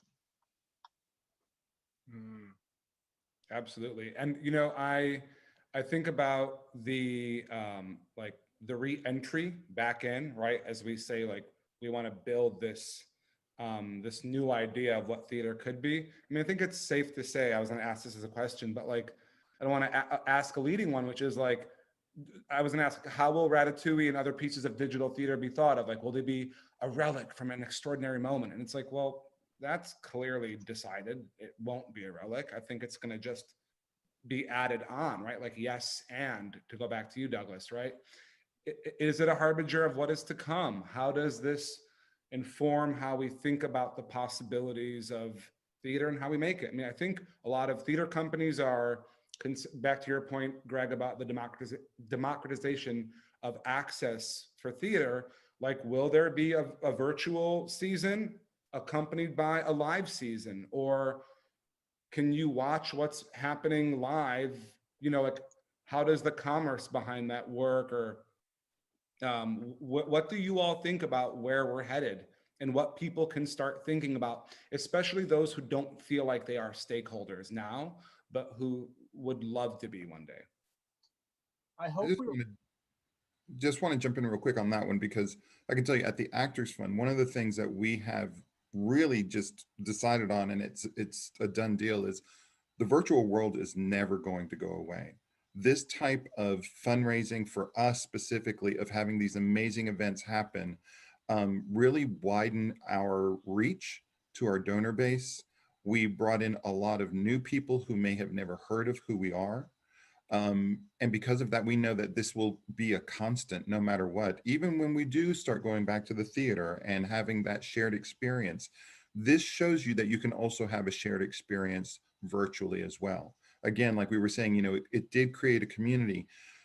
We were fortunate because it was already a built-in community, because it was TikTok. And it kind of had its own fire. I know, Carly, I think you and I have said this before, it was lightning in a bottle. It really was a moment in time that you are never going to recapture again in the same capacity, but it was captured. It can continue to encourage people to create this kind of content and to help find new talent. I mean, the people on this call right now, like Greg said, may have never crossed paths with any of us, nor would they have necessarily crossed paths with each other. You have to remember, well, not remember, what you guys don't realize is a lot of these content creators and the performers did not even meet or talk to one another. They worked in their own sections of what they were working on. It wasn't until it was great at the end of it all. We hosted, the Actors Fund hosted a Zoom cast party. And it was so much fun to watch everybody come together and get to meet and talk live, you know, for the first time. Now, just behind the scenes, so you guys know, so the audience kind of gets a little behind the scenes story here, is we were supposed to be on that call for an hour to just a quick little cast party. Yay, we did it, $2 million. Congratulations, thank you. It was about 3.5 hours. And I was like, I'm going to bed. You guys can stay on, you know, but we had people from Australia and all over the United States. I mean, people called in. Lucy called in from London. It was an incredible opportunity. Again, it created a family. It created this sense of community, and it created this sense of warmth and love and compassion and encouragement. And that's what I really love about what this project was, is we all lifted one another up, and we all encourage each other to continue to do what we're doing. And even during that little cast party, they were already starting to talk about what's next. What are we going to create? What are we going to do? And then, you know, Chris is like, maybe I'll create this set. And, you know, we had the graphic artist saying, oh, look, here's like 3 different designs I'm going to do right now. Remember that, RJ? You were on that call. It was crazy. Amazing. It was crazy. So it's just a really wonderful opportunity, but I do think that the virtual world is going to be here. It's a new way for people to look at how can we create this content. And it's an exciting, a little bit of a Wild West, but it's an exciting opportunity for all of us to be involved with. And Emily, I feel like Douglas always says things that like get us into this like cool new idea as well. Like Emily, thinking about like who can do this now or like being inspired. I mean, Miss Jacobson's like ditty on TikTok, like what was that impact on your students? What was I imagine there was like an uproar of like beautiful noise that happened after this. Like, what was that like? And what do you think it teaches any student across America or the globe about like their potential? Well, it was funny because at first when I downloaded TikTok and was putting out videos, I changed my name. I tried to be very private, just family and friends. I wasn't looking to start any worldwide musical. And, I was missing musicals. I was walking around my house making up songs about the garbage can or walking into the kitchen. So when I made up this little song about Remy the Rat, I, sent it as a voice memo to my brother and he's like, no, just stop. So then I went one step further and made it totally absurd. But I had absolutely no idea what was coming and no idea what kind of community I would find in this TikTok world. So then, months and months after the start, now, I'm kind of sharing with my students like, oh, I have some special news. And they're just blown away. They're like, Miss Jacobson, me and my mom looked you up on Google and we found this, and this. So then it's like, all right, well, let me play you a little bit of it. And then I have to tell the principal, just so you know, this is happening. It's completely appropriate. But the kids really, they get a kick out of it. They're, I think, really surprised that, this is my teacher. This is like, they don't see their teacher as a human being. They, see their teacher as somebody that lives at the school, sleeps at the school, and is just there for them each day. So it's been fun to they're coming in and like singing songs to me and telling me these things that they want to do. I'm like, yeah, do it. Yeah, shit, tell everybody just keep going if you're excited about it. So I really do hope it teaches people that just, if you're excited about something, let your creativity flow and go with it. Even on TikTok, people that didn't necessarily play an instrument or have a role in the musical theater world, they were like, well, I can't do anything else, so I'll just be an usher, or I'll just be walking around cleaning up the stage. They just, want to be a part of something, and anyone can kind of fall into anything. Yeah.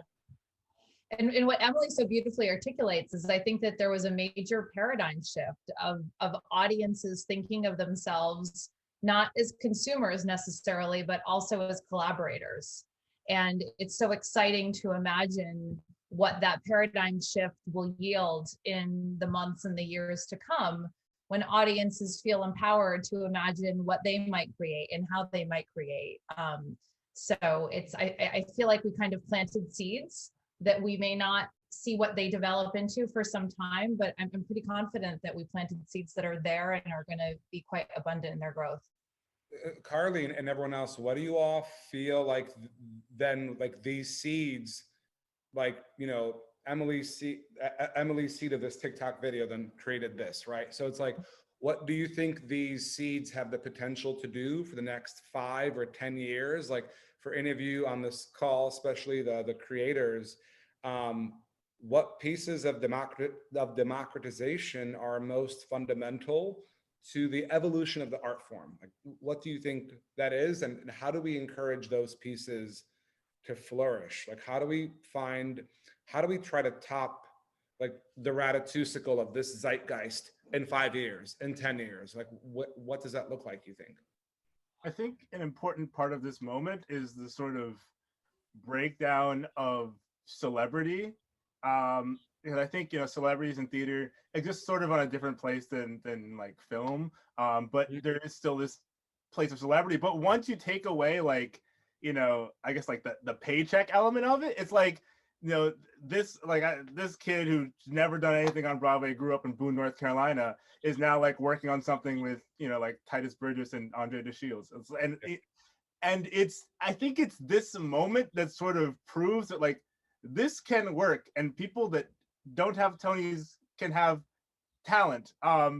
And that idea, I think, is going to change the way we think about collaboration, and hopefully open up the door to, giving those kids a chance. What if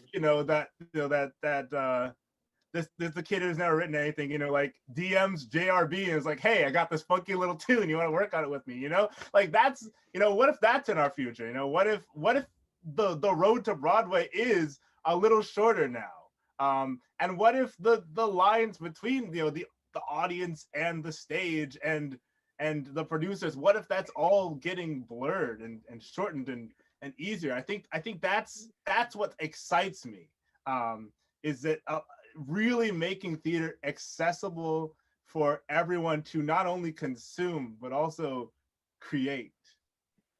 It definitely feels like, at least with this whole Ratatouille journey, that people cared about the process just as much as the final product. I think so often, that family from Ohio flies to New York. I assume that everyone on the creative end and the production end is only caring about the final product. But I think we saw that all of these audience members wanted to see the journey from the bones to where it ended up. And I think to conversations I've had with people asking about my process, well, it's this small little cog in a wheel, but after about the 30th person asking the question, you have to wonder how many other of those, monoliths in theater are we missing out, the behind the scenes that just truly make it feel like a family. And I think that's the thing that's the seed we're missing right now, is the family aspect of this mega corporation that is theater. I just want to throw in, like, I wonder what it's going to be like to, merge the digital world with like real live theater, like on a Broadway stage. Like, how can the two like be married together? Like, could, if Hairspray goes on Broadway again in a revival, like, are they gonna just film it virtually, or will there be a separate virtual performance of it as well? Like, I don't know, like, how the two are gonna marry now, because Ratatouille came out of a pandemic where we didn't have a live stage to go to, so we had to create one of our own. But now Broadway's going to open up again, so what does that mean for how we are going to move forward, but merging the two together? Yeah, I mean, I really hope it doesn't become, like I always say, if I see a play and you can hold a camera in front of it and it reads easily, you're not trying hard enough, to make theater. Like, then leave it to film. But it's like, how then do we keep soliciting the best ideas to find that sweet spot, that in between, where like virtual starts to become an aesthetic that we crave, that theater is not doing and film's not doing.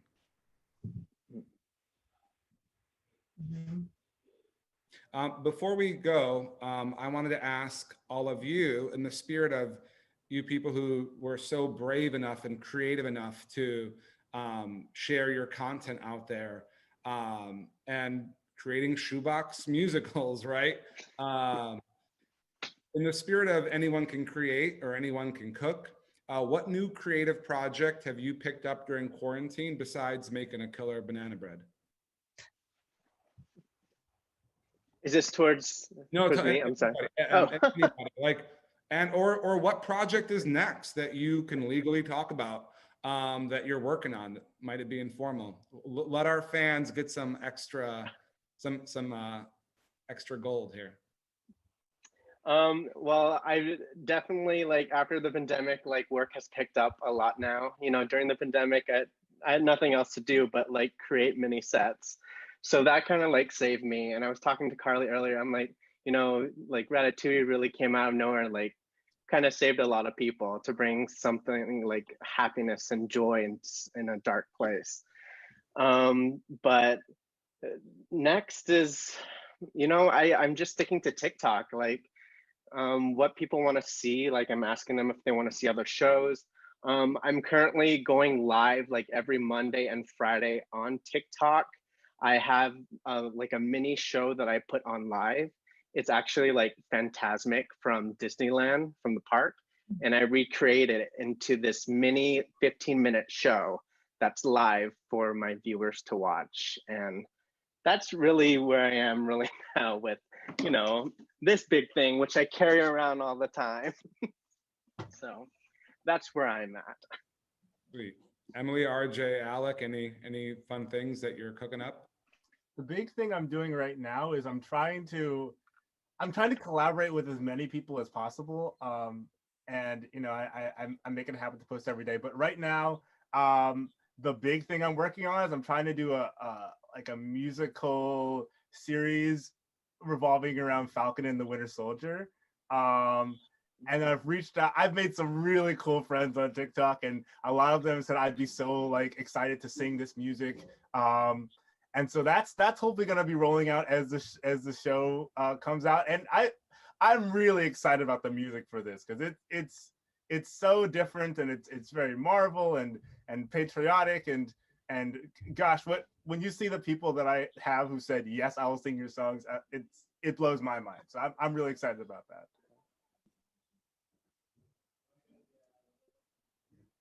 I'm doing more of the same. Like everyone else, real life has picked back up, so I've picked up some composition jobs. So that's been really refreshing for my palette. But quarantine hobby, weaving, super cool. And then just working on collaborations on some musicals that I've been working on. Greg and Carly, who are crazy to have said, let's do this. It all could have like the lid could have blown up and who knows where it would have gone. Anything you all can tell us about anything you're cooking up? I think we feel very lucky that Ratatouille came together so nicely, and a lot of things went right by so many people saying yes and jumping on board and making it all happen that we don't want to test our luck too much. So we're gracefully exiting the virtual theater business, and we're very busy getting ready for Broadway to come back in the fall. And we have a bunch of projects, and we're so excited to be thinking about producing in real space again, and cheering on so many of our friends who are continuing to make amazing stuff in the digital space. Aho to that. So you're saying I shouldn't cold email you with my full draft of Cars the musical? Dang. You'll do that. You know what? I bet there are a bunch of producers who wish they could have done Ratatouille who are like, yo, we'll talk to you. So, the world's your oyster. All of there's enough for everybody everywhere. I want to thank all of you so much for your kindness, to Seaview, Carly, and Greg for your bold leadership and your generosity. Emily, your sheer creativity, your ability to say yes to your own impulse and to do something because you just felt like doing it. Thank you for everyone you've inspired, to Chris, to Alec, to RJ, to sharing your souls with us, to Douglas, the important work you do to allow everybody in our industry to keep on going on. Really, thank you and the Actors Fund so much. That's the end of our panel, folks. Thank you so much for joining us, and let's keep the conversation going. Thank you so much, Josh. Thanks, Josh. Yeah. Thank you. Have a nice day.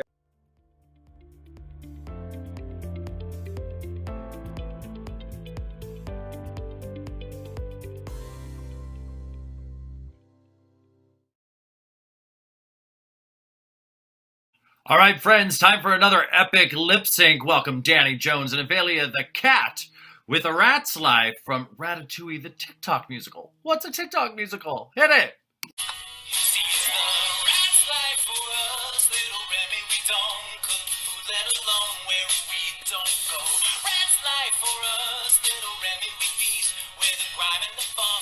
Bacteria grow. Grab a menu and follow me. There's a whole buffet that I'd like you to see. So ready.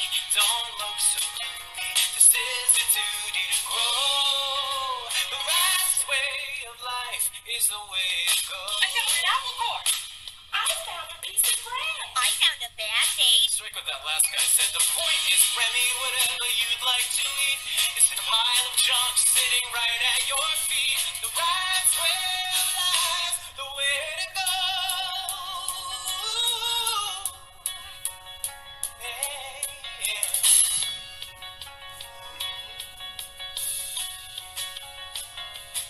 Emil, what you don't understand is anyone can cook. Chef Gusto said it on TV. We have everything we need, just take a look and you will see. Yes, you will see. It's the rat's life for us, little Remy. We don't cook food, let alone in people's homes. It's deep inside, super heavy, the urge to cook is rattling my bones. Grab the bread crust and grab the scraps. It can be used as a garnish. I don't need any more sass. Remy, just listen to me and watch the magic grow. The rats will light. The way to go.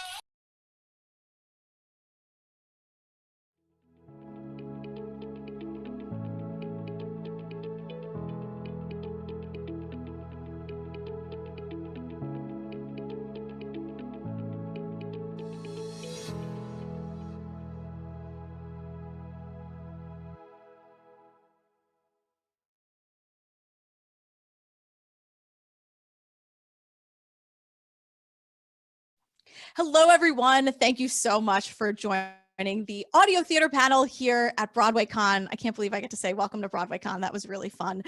So real quick, my name is Jillian Pensavalle. My pronouns are she, her. I am your moderator. I'm also a professional podcaster. I do True Crime Obsessed, which is a true crime documentary recap comedy podcast, but we have a lot of heart. We don't victim blame. I know true crime and comedy, it's weird to hear. And for the last 5 years, I've been making the Hamilcast. So every week I talk to someone related to the show Hamilton on the stage, under the stage, next to the stage, in the office, making the show happen. And I also just did a Twas the Night, which was a radio play to raise money for the Actors Fund. So needless to say, I love audio. I love talking to people, and I'm thrilled to be here. So enough about me. That was way too much talk about me. Panelists, can you please all introduce yourselves and 30 seconds or less, tell me what we're talking about today, what project you're here to talk about. So Jen, can we start with you? You can start with me. Yes, hi, I'm Jen Colella, and I don't know, I honestly don't know what I'm supposed to discuss today. That's the truth of the matter. I don't know what. Is that what we're talking about? That's what I was told. Okay, yes, then yes. We can also talk about anything you want, Jen Colella. No, I'm down. I'm totally down. I there's a couple of projects, so I just wanted to make certain which one specifically. The Flame, I'm down to talk about The Flame. The Flame is an exciting new all-lesbian musical written by lesbians with primarily lesbian cast, and it's absolutely thrilling. I'm excited to be a part of it. Awesome. Liz? Hi, I'm Liz. I am the lyricist and director for the musical podcast Three Ghosts by Pipe Dream Theater. I assume that's what I'm here to talk about today. We wrote and produced a musical during the pandemic with a cast of 46 from all over the world who never met each other. 6 continents, right? Did I read that right? 6? Yeah, 6? all 6 livable continents. Yeah. Massive. Great. I didn't mean to make this a quiz and ask you and put you on the spot about what we were talking about, but Leroy, I believe Dreamgirls. Yes, we're here to talk about Dreamgirls. Yes, okay, I'm great. here to talk about Dreamgirls. My name is Leroy Church. I am a Broadway performer, lastly in King Kong and a little vacation swing for The Lion King. I did the Lion King tour for about 3 years. I'm here to talk about Dreamgirls. Dreamgirls happened on the Clubhouse app. If you don't know what that app is, it's a new audio app that's just going viral, projected to be at $1 billion. Over the pandemic, I hosted audition. I was a casting, creative director, and artistic director and associate producer for Dreamgirls. So I got the show together. We have 4 amazing star-studded cast, featuring people from Alex Newell to Marisha Wallace, and just to name a couple. But during our audition process, it was amazing because we had Shirley Ralph come, Henry Krieger, the original composer of the music. Yeah. Amber Riley helped with the auditions. I'm We so turned it at excited. #2. I can't wait to talk to you all about that. Also, like, this is what when you casually say vacation swing, like it's nothing. Like, of course you did all of this on Clubhouse. Like you just yeah. And Daniel, please tell us about Row. So I wrote the book to a musical called Row, which is based on a memoir called A Pearl in the Storm, which I have behind me. It's by this. An amazing woman named Tori Murden McClure was the first woman to row solo across the Atlantic Ocean. She did that in 1999, having failed, spoiler alert, in 98. And here's the boat. Here's a model of the boat. No way. That's a boat that Tori made and gave to me. That's awesome. Somewhere around here, I have like a piece of the actual boat that made it across the Atlantic too. She did this. We made a musical about it. Me and my collaborator, Don Landis, who's an amazing singer-songwriter. We were commissioned by the public to write it. We were going to do it last summer on stage live at the Williamstown Theater Festival. And then there's a thing that happened, I'm not sure if you guys are aware, where there was like a virus. It sort of like went a lot of places, shut some stuff down. Okay, Daniel. And so we didn't do it. So Mandy Greenfield, the artistic director of Williamstown, transitioned the whole festival to Audible. So everything in the season, save one show, was recorded for Audible with Kate Navin as our producer there. So we have that, and it will be released on Thursday, April 8th. And so it really isn't like a bootleg of a reading of the show. It actually is like a created, soundtracked, right? Yeah, audio experience. It's kind of miraculous to see what they did. Mike Kreuter from Yellow Sound produced it, and with amazing sound design by Kai Harada and orchestrations by Dan Kluger, and like a ridiculous cast starring Grace McLean as Tori. So it's pretty exciting, I gotta say. Like, yeah.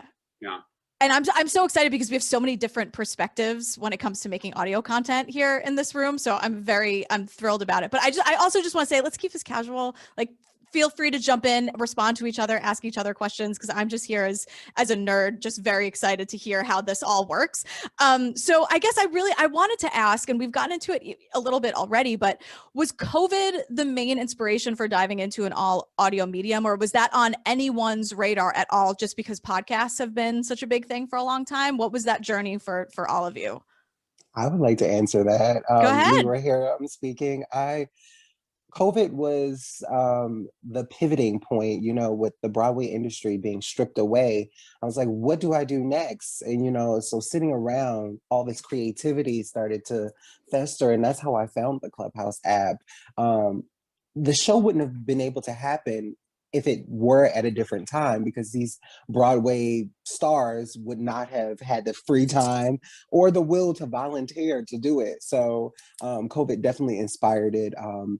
And like most people, it was really depressing and it was really sad, but this was the silver lining. So we could bring some people some joy in the midst of all that. Yeah.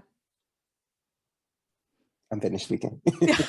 I wish you weren't, Leroy. I just want to say I like your speaking voice. I can hear you smiling in your voice, and my heart is like expanding every time you speak. So, oh my God, thank you. You're welcome. Thank you. I am smiling.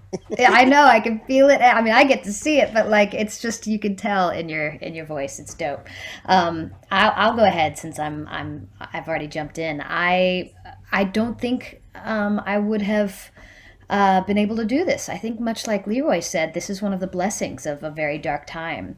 And because I have the time, I was able to really think, oh, let me be a part of a podcast lesbian musical, because we've been recording this over the span of several months to really get it tight and to have tons of rehearsal and learn the music. And it's not something I would have been able to devote time to otherwise. So I'm grateful in that respect. Yeah.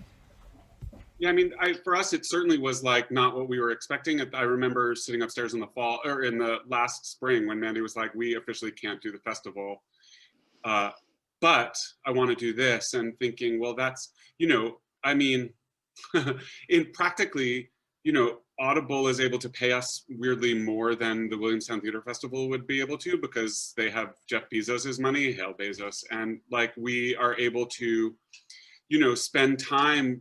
We were able to spend 3 weeks on Zoom workshops working on the show while we rewrote and read aloud every day. And we were able to sort of re-edit as we went through the recording process, which we were actually able to do in person. That was one of the things that made this one trickier than the plays that they did on Audible, which is that we needed to, because it was a musical, record in person. Right. So it was a real gift for us. And now we're going to be able to, when we are able to put it back on its feet, we're going to have had the advantage of having, paid workshop time to really get through a lot of this kind of stuff. So for us, it's been, I think, a real boon. And also, if we had filled up the 200-seat theater at Williamstown, for the 10 performances or something like that, 2,000 people could see it. And now we have, endless possibilities. Friends in Australia can listen and really experience Tori's story in a much more widespread way that then hopefully will encourage them to come see it when we can actually do it, in real life. Right. What about you, Liz? Podcast was actually on our radar. My partner, C.E. Simon, who's the book writer and the composer, for years has been, Liz, let's do a musical podcast. I really want to do a musical podcast, but I work abroad. I work for cruise ships and theme parks. So I'm never home to, wrangle the cats and get them in a room to do a musical podcast. And the story goes, like, we were having dinner one night. It was in September. And he was like, Liz, I think we should do a musical podcast. And I was like, well, we got to do 3 Ghosts. We got 4 months till Christmas. Let's go.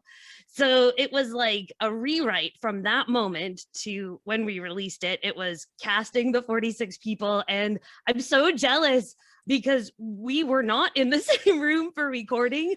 So I had to just let everybody do what they do. And obviously the skill set and the knowledge for the technology and the know-how and the room acoustics and all of that, person to person to person, time zone to country to whatever, varies. So everybody, including myself, like, we learned a ton on the way, but we didn't have rehearsals. We had 1 full Zoom rehearsal with most of the cast.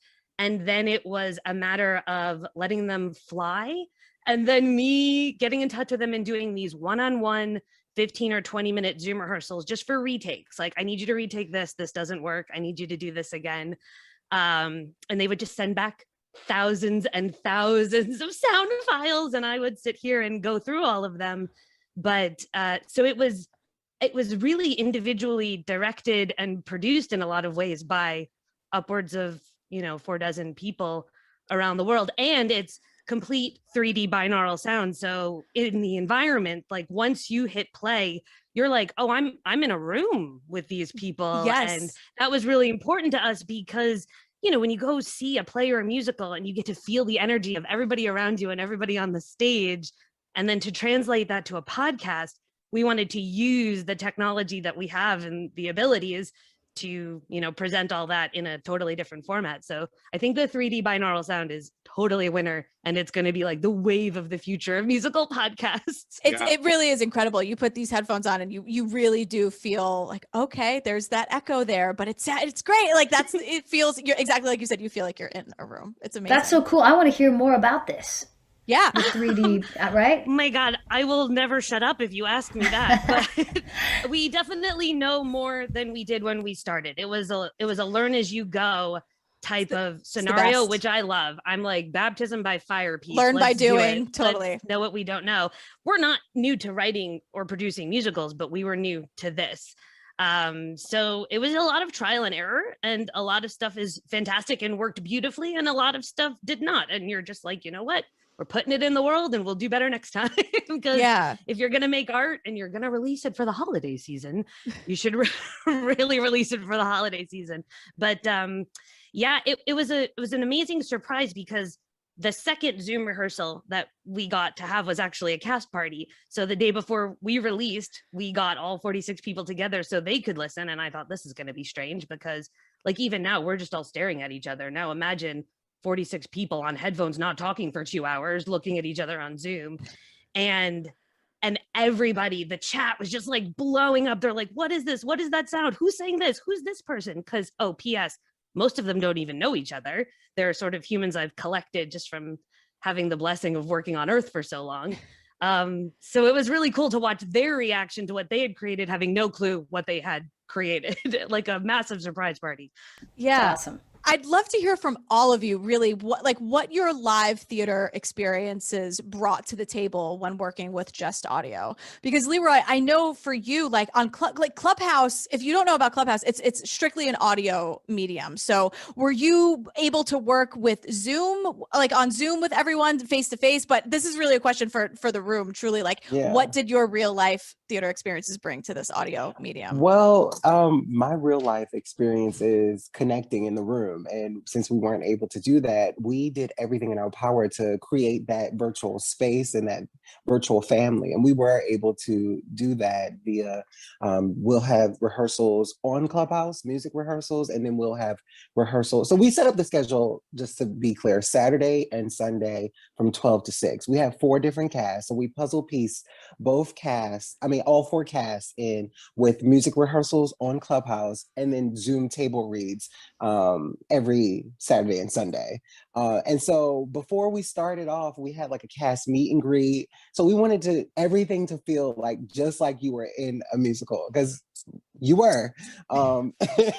And that's live, right? Some of the stuff on Clubhouse is live. I know you did the harmonies recorded, but because of the limitations of the app, all of the harmonies were pre-recorded.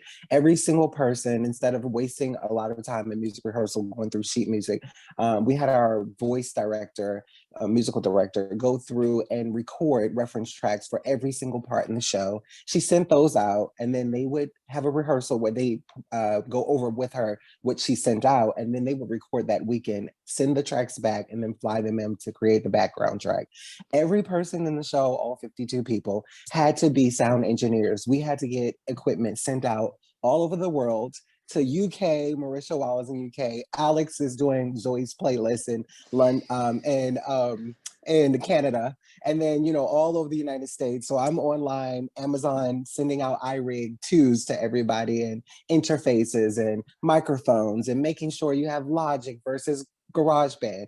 These are all of the little intricacies that had to go into it, but the rehearsal process was very interesting, pinging people in the room for a Clubhouse rehearsal because the room had to be locked. And then on Zoom, trying to manage, sound and the latency and delay and all that kind of stuff. So we spent hours and hours, just the team alone. Like we had a great team that was so dedicated, volunteering hours. We would have rehearsal from 9 to 4 a.m. It's supposed to be an hour-long rehearsal, but it would just go, and we started feeling like we were getting closer to the right sound at 7 heaven, or if we turn the iRig up a little bit, or if we try you go and then I go, and then like even down to when the girls live, they jump in at different solo parts. We had timed it so that they come in during a word. So they weren't listening to the beat or the music. They would listen to a word before so that it showed up on time for the live performance. Because of so the those delay. Are just, so those are just some of the intricacies that went into what people saw as a flawless show. It took a lot of work. Yeah. Wow. That was something that we really discovered, was that like the idea of making, because ours is not, much like you, Liz, like ours, and I guess you too, Jen, like ours is a new musical. And so we're trying to like do the things that you do in a room where you develop a new musical, where there's underscoring, and underscoring has to happen to stuff that's already been recorded, and you can't really change it, and you can't change the timing of it, and once it's locked.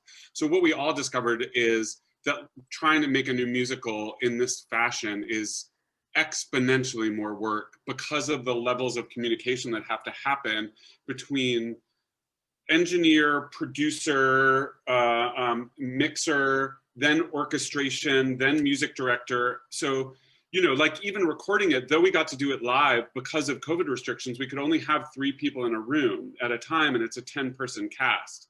So very often scenes would happen, but also you couldn't see anyone because of the way the studio was set up. So even though you were in the studio at the same time, you couldn't really see each other. And we also have one deaf actor, so he needed his interpreter there. And so he would have that, but she was another person in the room. Oh, or maybe she was on Zoom. The writers were not in the room. We were only on Zoom and on audio feed. The director and music director, Tyne Raffaelli and Mary Mitchell Campbell, were in the studio with masks on.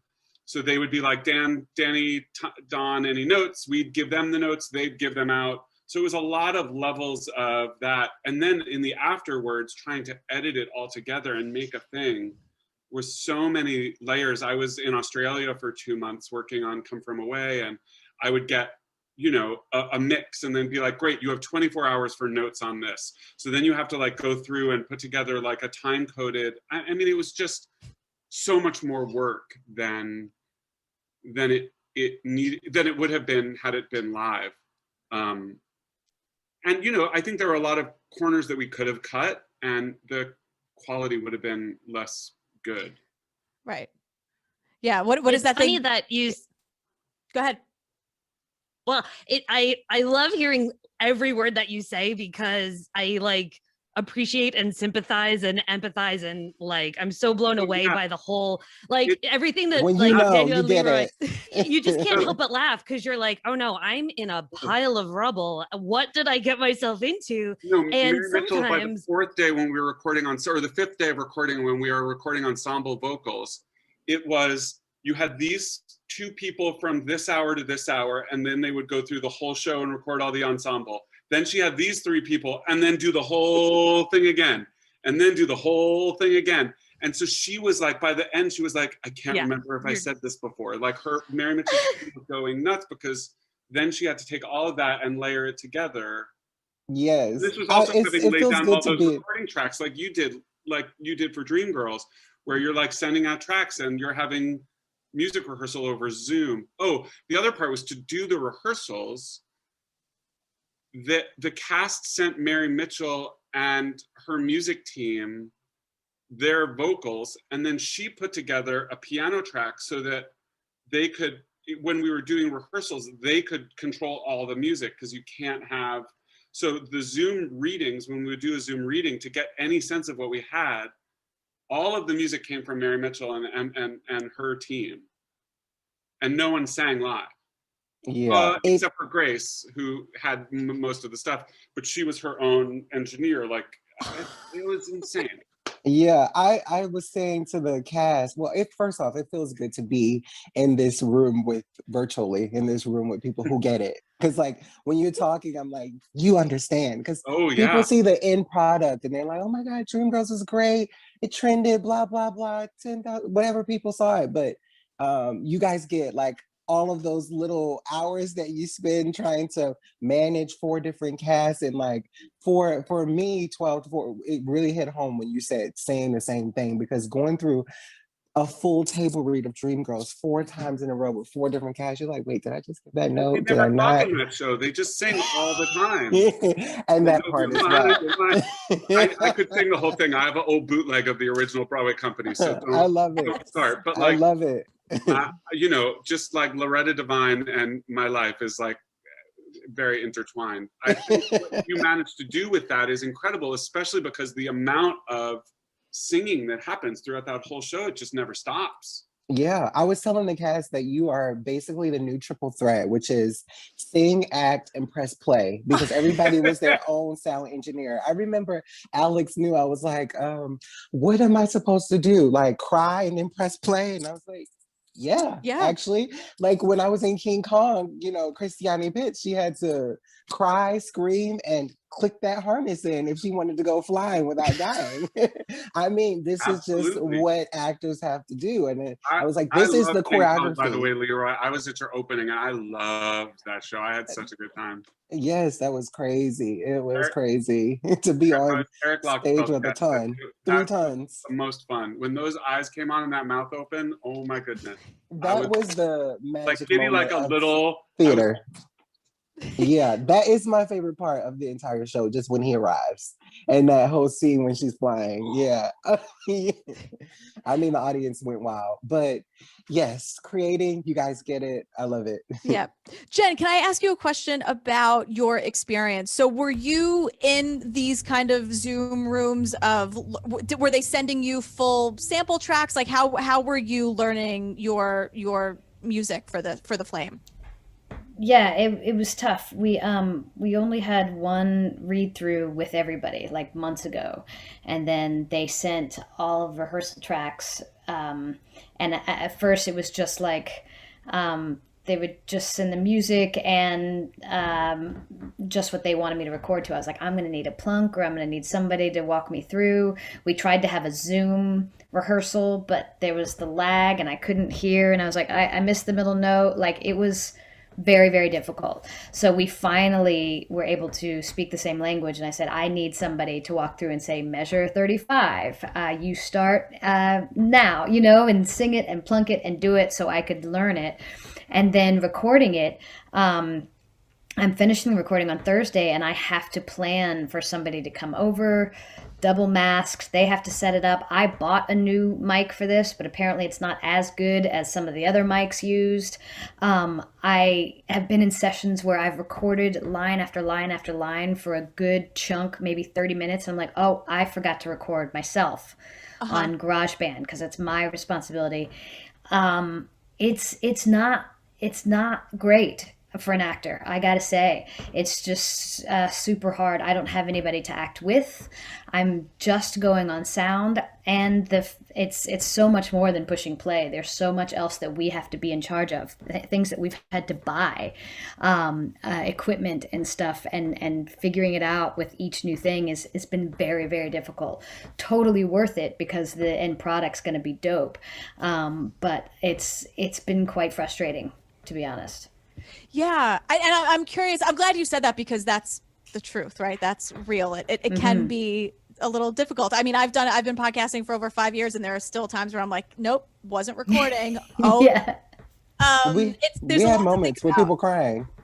Oh, sure. Yeah. Look, if you're making audio and not crying, then you're doing it wrong. Honestly, sometimes it's just not what we've been trained to do. We've had to learn on the fly, and learning while we're also trying to act and to give performances that are worthy of listening to, and then giving them. But sometimes, oh, you just did it and you nailed it, but it wasn't recording. Is like heartbreaking in the moment. Yeah. Or you just want to sound good and you're like playing with the iRig in your microphone and you can't get the sound right and you're getting feedback and you're singing your heart out and it just sounds like trash in the audience. That's right.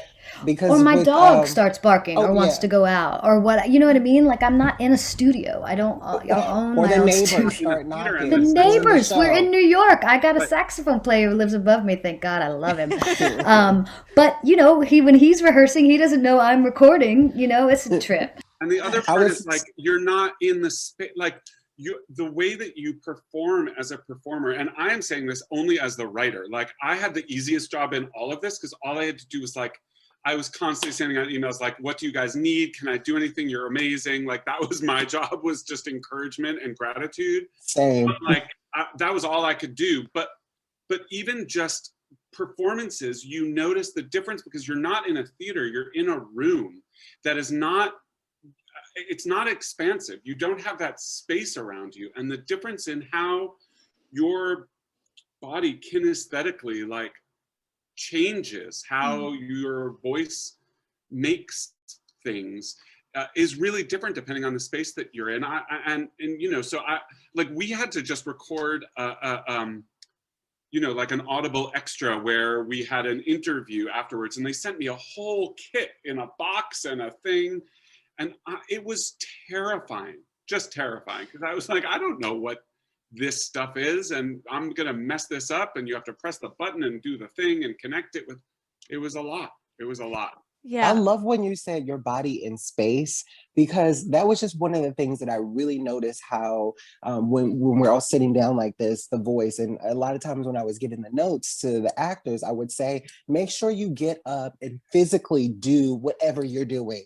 Yes. Because it definitely changes. And I noticed even when they were singing, like a lot of the notes is like, you know, because Dreamgirls music is so good, you could just, and if you're a great singer, you can just sing right through it, and you know, and we don't get the story, but you sound amazing. So I was making sure that they added in those, you know, real life dynamics, and that's why we did it on Zoom as well, so it wasn't just audio, because it does change something in your voice. It's just like when she said, "I can hear you smiling." That's what I want to feel audibly. Yeah. Our lead is a gentleman named Noel Reyes. He's Filipino. He lives in the Philippines, and he plays Scrooge, the lead of the musical. And he's got this cardboard box that's filled with foam, and he's got a beautiful digital recorder in it. But, you know, there's trucks outside, or there's the neighbor's dogs, or 2 or 3 dogs, or whatever. And he goes through this wonderful transformation in the show. And the whole time he's recording in this box. And at one point we were like, you got to show us how you're recording all of this. And it's a literal cardboard box with just some, but we have another gentleman who had no recording setup or equipment. So, you know, he put these jackets, he hung them from a ceiling fan and created like his own studio to dampen the sound around him, so his room acoustics wouldn't take over. And they had to, because they had to record, our cast recorded every single line 3 or 4 times. And then you guys, I don't know, maybe this is what Leroy was saying, but I recorded every single voice part for every single song, you know, soprano, soprano, alto, tenor, tenor, bass, bass, and tried to put on some voices, and then chunked those up into phrases, sent those phrases to people. They would record with me. If they did my articulation and my dynamics, then they would all line up as close as we could get them. And then the magic of technology helps out. But I mean, I sit here just grinning at all of you, because I know that everything we did, although entirely different, was exactly the same, and, you know, produced completely individual results, which is like really, really cool to hear about. Yeah, that's what I love, that you're coming with such different experiences. All these different kinds of roads still led to these things that were created. So I have a question for all of you. What do you think the audio medium still fulfills in you as theater people, real live theater people? I know it's not the same, but what about this process made you feel connected to live theater? Well, I will say, and I'll speak briefly on this, but I have been a person, I feel bad about it, but I have not been able to get into sort of Zoom or like video theater. Something about it feels cold to me and a little distancing, and doesn't satisfy any of the things that theater satisfies in me, which is a direct human connection with an audience right there, especially the kind of work that I like to write, which is fourth wall is non-existent. There is direct address narrative. It is all about creating a theatrical human experience where we get to sort of breathe collectively, right? And there is something actually about putting in earphones and hearing Grace say to you, day 1, mile 0, let's go. Where it feels like she's talking to you and you're in the room, and it feels like somehow those juices that theater satisfies in this very intimate and personal and sort of much more lo-fi way than Zoom and video and all of the tricks that you can do with that feels distancing in a way. It's more like a movie that is colder for the most part, that does not feel requiring of your imagination. But the way that theater in its very best, even in the show that Jen and I work on, Come From Away, you know, the way that show requires an audience's imagination to come in, because it's just some chairs and some tables and some trees. Audio requires your imagination, your active imagination, to put the visuals on top of it. So that does exactly what theater does. And I found it to be a very satisfying way to tell the story, that I think had we done a video Zoom version of it, it wouldn't have done the same thing. Yeah. I was going to say, I think there is something to the audio in general.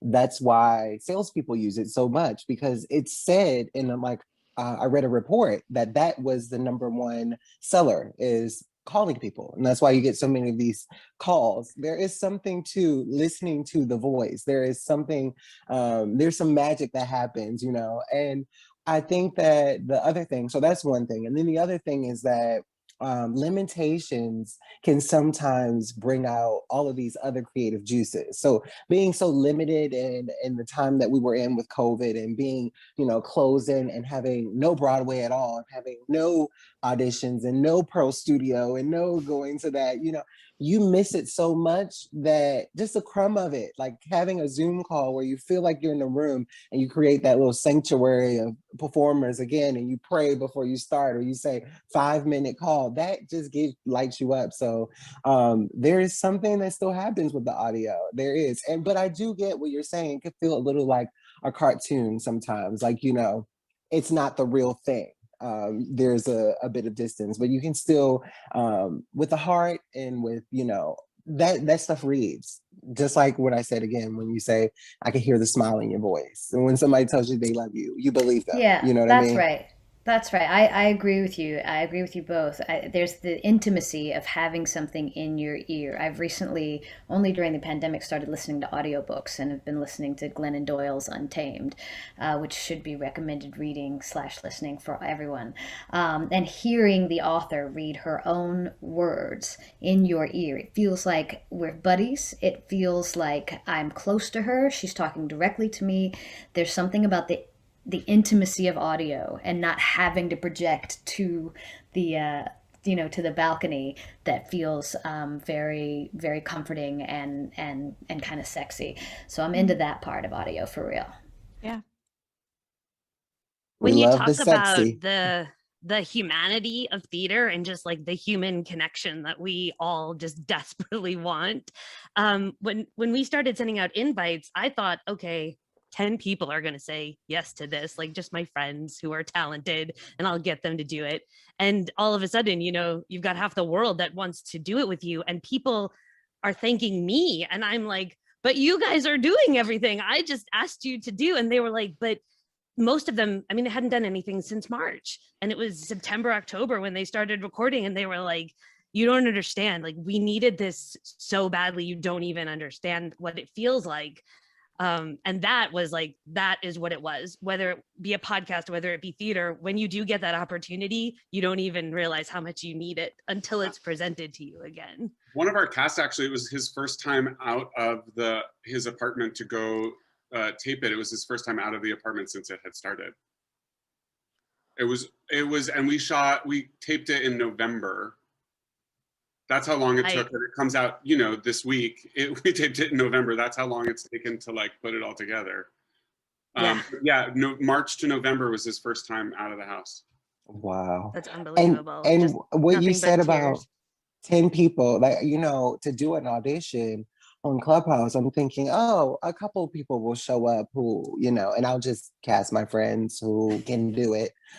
If we don't, and then here's this audition and there's 10,000 plus people in the room. It's closed because it's at full capacity. Yeah, and I we're didn't get in. auditioning people for 10 hours, without a break. Like, that goes to show you that people miss it so much that they are like, any little crumb they're reaching at. When we finished, it was December 19th. We finished listening to it, and everybody's like, when's the next one? Are we doing this again? Like, is this happening again? I was like, can we have the holidays and then we'll start writing a new show? But everybody was like ready to go already. And I was like, this is amazing. Like, it's definitely a new wave of theater and storytelling. Yeah, and I wanted to ask about exactly that. Actually, I wanted to ask, what do you think the future of audio theater is? Will it flourish? Will it grow? Especially, the pandemic will one day be behind us. So what do you think will continue to stay with this audio medium? I think it will. I mean, look at TikTok. And this, not only is it like going viral and and Clubhouse is projected at, like I said, $1 billion worth. I've created a club called On Broadway, which is a theater space. And we were just featured yesterday in Broadway World. I'm in that club. People are, yes, exactly. So we're having performances and discussions and all these kind of things. But this is going to be the digital theater, when we don't know what's going to happen with COVID and what's next, God forbid. But, I think that people have found that there's real value in there. It's less money. You can be more creative. Sometimes, like when there are limitations, it creates new ideas. Like when you can't see each other in person, then you have shows like that are digitally, I don't know. I can't even think of the innovation that's coming up next because of how we have to interact. And that's the beauty, because art imitates life. So I think there's a real space for this. I think it's very lucrative, as we're seeing from Theater Barn and their development shows and how they've been streaming. And I think that Broadway producers would be slow not to jump on board.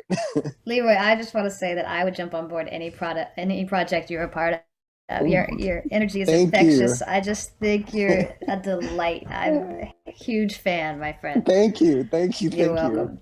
And I think Jillian, to answer your question, I think it will continue. I think we've opened a door, and I think that there's another way for us to connect and another way for us to create. And again, I like what Leroy's saying about when there are limitations, new things are born. So I think that we've opened a cool door to a new kind of sharing our stories and creating together. I just hope I don't have to be on the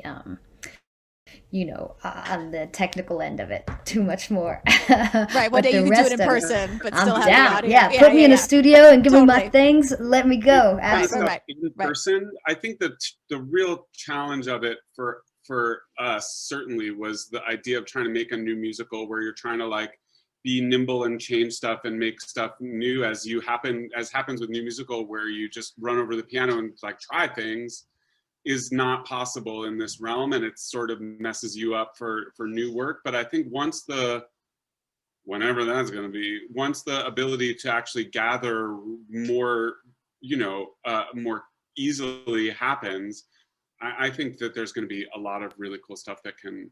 There'll probably be an app by next week.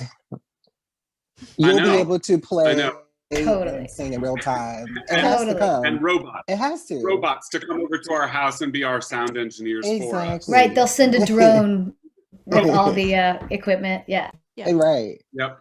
I just want a robot to do that. Yep. The Tony-winning robot. Look, you never know.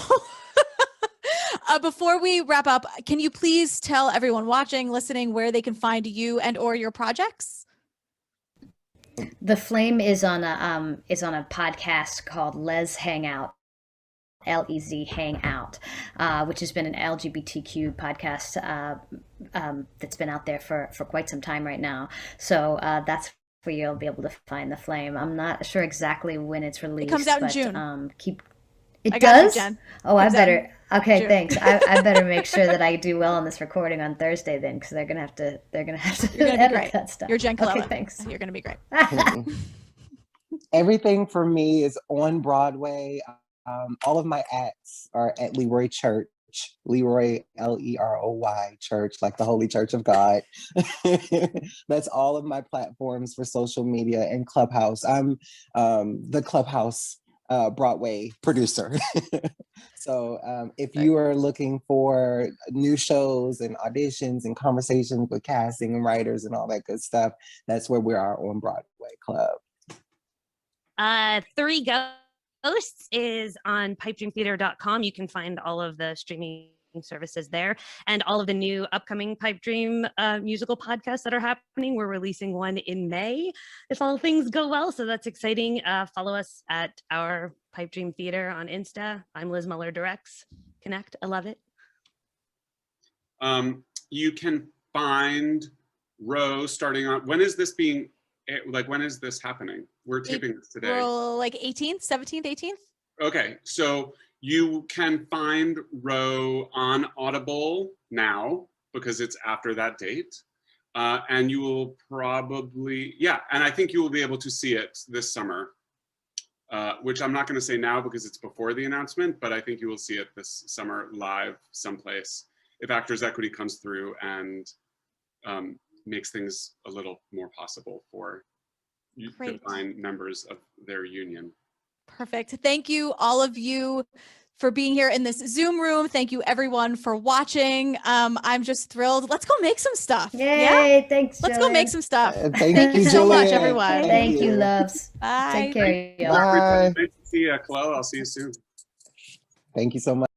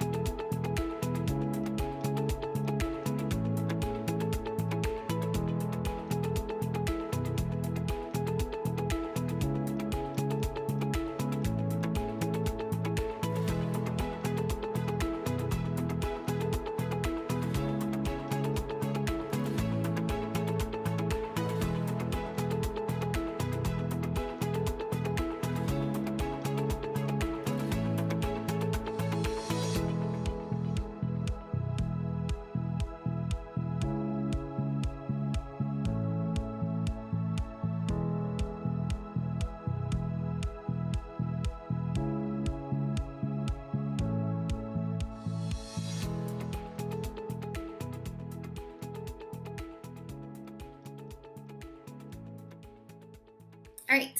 So hello, everyone, and welcome to the Arts Education on Zoom panel. My name is Yvette Kojic, and I am the program director at Broadway Workshop. We're an educational arts program that has pivoted to 100% virtual programming since March of 2020. And with us today, we have Leo Ash Evans and Joshua Turchin. Leo is the co-owner and director of Musical Theater College Auditions, or MTCA, and has also appeared on Broadway in shows like School of Rock and Shuffle Along and Jesus Christ Superstar. And Joshua is an accomplished performer, composer, and musician who wrote an original musical, The Perfect Fit, which premiered when he was just 12 years old at Ken Davenport's New York City Theater Festival and won the Best Book and Ensemble. So thank you for joining us today to discuss what arts education is looking like now in 2021 and, you know, this past year during the pandemic in 2020 as well. Since we've been on lockdown, arts education has needed to change a lot and in order to carry on. So we are going to discuss what that's been like for all of us. So I know I just gave you a little introduction, but I'd love for you to just pop in and say hello, and if there's anything else you want to tell us about yourself and what you do. Awesome. You want me to go first? You want Josh to go? Leo, take it away. Okay, great deal. I thank you for that intro. I love all of my work that I do with MTCA. I went to school at Carnegie Mellon for musical theater, and when I graduated and I started to work right away, I really was passionate about wanting to help teenagers pursue their dreams. So it was something that I immediately started to build into my career with my performing. And like you said, I've been in Broadway in those 3 shows, which I loved. I was playing Riff in West Side Story on the West End years ago. But I've really enjoyed a kind of multifaceted career of being a director, an actor. I do a lot of voiceover work too. So I'm all for the whole, you know, get yourself messy in as many areas of the arts as you can. It just kind of, they all feed one another. So yeah, I love my jobs. Awesome. Hey, Josh. Hi. So yeah, I'm a professional actor, singer, dancer, composer, musician, and writer. As you said, I wrote a show called The Perfect Fit. Recently, it was actually produced, or it was made into like an album by Broadway Records, which was so cool. And the fun thing is, it was all recorded entirely in quarantine, which it was definitely a really fun process. And I'm also like a music director. And so I'm very used to like taking lessons, but also like sometimes like having to teach people different things. And I find like both aspects just so much fun. Absolutely. All right, so I'm gonna go back and forth a little bit from some of the things that I just heard from you. Leo, you said that you went to Carnegie Mellon. So I want to talk about what your audition process was like versus like what is the audition process like today in the state of the world? Yeah, it's so true. When I was doing this in 1998, when I was the year of you know, the senior in high school, you know, I think I auditioned for 7 schools, 8 schools maybe, you know, and now my students are like doubling, if not sometimes tripling the amount of schools because of what's available to them virtually, especially this year where it really changed because of the pandemic. So, I mean, it's interesting. It's always been a competitive field, as we know. So it was still super competitive then, but it's 10 times more competitive now because there's a supply that meets the demand of how many people want to major in musical theater and acting. And, you know, the percentage of work is higher every year, not quite the volume of the amount of people that go into it professionally, but I certainly love that there are triple the amount of programs that exist from when I was 16, 17 years old. So it makes my job really fun as a director to help strategize finding the right schools for people based on, do they want academics? Do they want conservatory? Do they want a large campus? Do they want a city school? So it's fun knowing programs all over the country to help students select where they want to go, as opposed to when I did it, it was just the same 6, 7 schools because that's all that existed. Do you also find that you're getting more students from like globally, I would say, just because, something like, we didn't have that, like you said, we didn't have access to like YouTube and all of these things. So you had to come to New York to be able to see a Broadway show. And like, if you didn't have those resources, if you didn't have Instagram, TikTok, Josh, we'll talk to you all about the social media and stuff, you had to come to New York. And so now you have all of these virtual experiences where you can be exposed to Broadway. Are you actually finding that it's like reaching more students? And Yes, Josh, touched on this as well, but go ahead, Leo. Yeah, the accessibility went way up. And of course, since the default change that like it was okay to dance or do more singing and acting virtually, to your point, it reaches audiences not only throughout the country, but internationally for me. I'm able to talk to students in far, far miles and miles away that I otherwise wouldn't have been able to.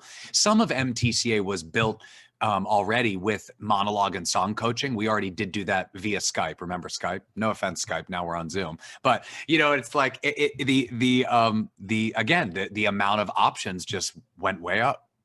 Yeah. Yeah. Josh, do you, I want to talk a little bit about how you recorded your album, you said, during the pandemic. So what was that process like for you? So first we got our cast together. The really cool thing is we had a Tony Award winner on the album on one of the songs, Laura Benanti. She was so amazing to work with. Then we got the songs, we got the sheet music, we started orchestrating, and then we got a live band. Well, not a live band in the sense that they were all playing together, but like we had a bunch of different musicians recording to a track from their homes, which was so cool. They sent us the tracks, we put that together, and then we sent it all off to the singing artists, our vocalists. And the really cool thing is that I got to work with each performer, so I could like really tell them like note goes here, make sure to take a breath here, like that, to make it sound like.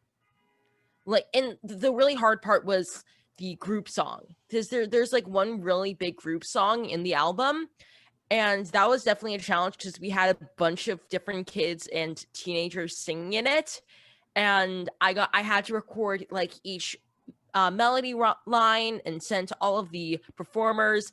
And after we got all those tracks, we sent it to someone to get mixed and mastered, and somehow we came out with an album. I don't really know how it happened. It just sort of happened. So everyone's recording from home, and like when you're saying you're working with all of these performers, you're doing this all virtually on Zoom. Yes. Well, not only through Zoom at the time, I think I was like doing it through FaceTime too, because I was still like relatively new at Zoom and I didn't know much about it. Yeah. I feel like, Josh, you do a lot on TikTok, right? Yes. Yeah. So tell us a little bit about what you do, like what your outreach is, what you're doing through like the social media channels in order to get like fans and Broadway lovers excited about what you do.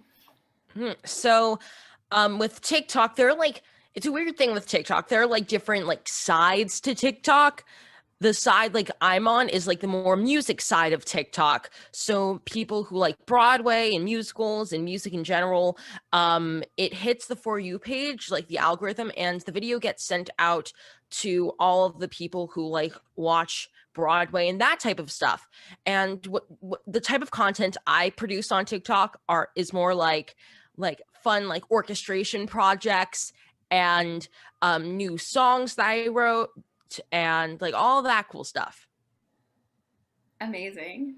I love it. I love the way that social media can connect us, across the world, really. We all just love this thing, this musical theater thing, this Broadway thing. And now we have this platform, whether it's TikTok or Instagram or Facebook or YouTube, all of the different social networks to come together and support musical theater, which is Amazing. All right. So I'm going to come back to you, Leo. I actually just want to get a little bit more background about your journeys to Broadway and to like where you are today, because I actually think that that is so fascinating. And as I'm like chatting with both of you, you know, like I just want to know a little bit more about where you started and how you got here. Awesome. Yeah. I would say, well, I was born in Pittsburgh and north of the city. And right away there was a thing called Kids on Broadway. It was like a little performing troupe and we weren't on Broadway, but we would do like little reviews of Broadway shows. And I mean, it just spoke to me on another level. I had been playing soccer and I was a swimmer and, you know, I did all of like those other, you know, normal teen things. But then once Kids on Broadway entered my life, and then I was in this performing troupe, North Star Kids, it was all so just joyful. And it was also, there was discipline to it, which I thought was really helpful to me early in my life and career, that I didn't only just learn skill sets of the arts, but I learned how to collaborate with others right away. And I learned the importance of that and the discipline of having rules and rehearsal starting and, you know, the do's and don'ts and being polite. And that's really kind of been a kind of underbelly to my whole career too, and how I help my students and how I've always led my own professional career too, in the communication to casting directors and agents. And, you know, I've always liked the business part of show business. I remember our ex-president of the union once wrote a article for the Equity newsletter called, it's called Show Business, not Show Craft. You know, and the business part of it always was as equally exciting to me as the artistic parts of it. So I learned early, just even as a kid, the artistic stuff for sure, the singing, dancing, acting, and loving all that, but then also the business, you know, professional side of things too. I love that. What is it again? It's not show. It's not called show craft. It's called show business. I love that. So the idea of the business part of it, not just we're all like making music and, you know, having like, that's fun. Craft. Yeah. Yeah, exactly. My craft, my art. Yeah, exactly. Right. All right, Josh, tell us your story. Okay, so originally I'm from Florida. Now, I grew up, I was put into soccer when I've always had a love for musical theater and composing and singing and doing all that stuff, but I was put into soccer and I hated it with a burning passion. Like, I was like, nope. So when I was 8, we came up to New York for 3 weeks. Obviously, I'm still in New York now. So we came up for 3 weeks and we never left. That's pretty much what happened. I got signed with an agent and then I got my first job, which was A Christmas Story on tour. So my family and I, we talked and we're like, what do we do now? What are we supposed to do? So we decided we're going to stay in New York. And that's pretty much how I got my start, at least. That's amazing. I've known Josh for a very long time. He was a Broadway workshop student when he first got here. Oh, I love that. That's actually one of the first things I did when I came up here. Yeah. Awesome. All right. So thank you I kind of went back in time to get more of your backgrounds, but as I was talking to both of you, I was like, I would love to know a little bit more about that. Okay. So as like the last year has presented its challenges, we're on Zoom. We're figuring out what we do is not something that is normally happening here. You know, we're used to being in studios with people, and when we're coaching songs, being able to say, all right, you know, like physicalize something, but we've pivoted and we are doing this thing on Zoom. And I know, Leo, you said you were doing it on Skype beforehand, but what was that process like for you? And also, like, what are some of the challenges that you faced? And yeah, we'll start there. Yeah. Well, the hardest thing for me at first, of course, from the shock of it happening because we're in a pandemic and everyone's health, of course, was in such a scare, was the idea of I didn't know how the professional scene was going to handle being as strict about the technical elements of lighting and microphones and backdrops, and I battled as a director and as an actor myself, because I was never an actor that liked doing self tapes.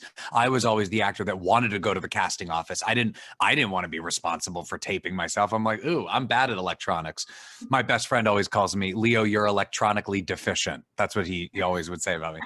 Which I am better at it now because of this pandemic, but it's not my strength. But the point was I just didn't know where would the field, how strict would it get and how quickly. So I had to navigate a fine line of continuing to prepare my high school students artistically, which of course is by far the most important part of the college prep process, and also as a professional actor, but then knowing that if the competitive field is all getting better with their Zoom lighting, backdrop, ring lights, I couldn't ignore that stuff either. So I had to walk that fine line with parents and students about, making purchases for things that felt like it was a long-term investment for their career anyway, versus, hey, if you have a big window and it's got good natural light, you don't have to have a ring light, So it was like the balancing act, because college already is a very expensive endeavor with applying and auditioning itself and, all of that jazz. So I think that was the hardest part. But then I got to tell you, Yvette, it's really interesting.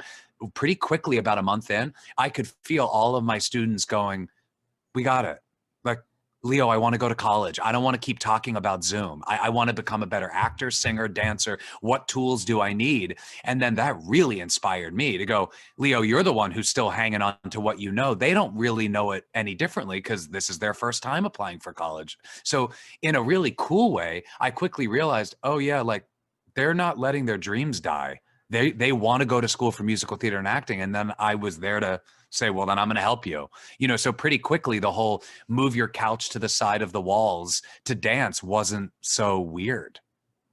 Absolutely. Yeah. We've been seeing it all too. And, at Broadway Workshop, we've pivoted all of our programming, which is including our main stage musicals. We're Amazing. figuring it out. We're figuring out green screens. We have, it's so tech heavy, and it's not necessarily musical theater in the sense of performing it on a stage, and like it's figuring out, they're also getting TV film class out of this. We brought in Taylor Latterman, who is helping us direct the show because she's done Peter Pan Live on NBC. And she's got that camera, she knows the camera thing, but we're saying like these are the things that you'll need. If you need help, we can figure out an economical way to make a green screen.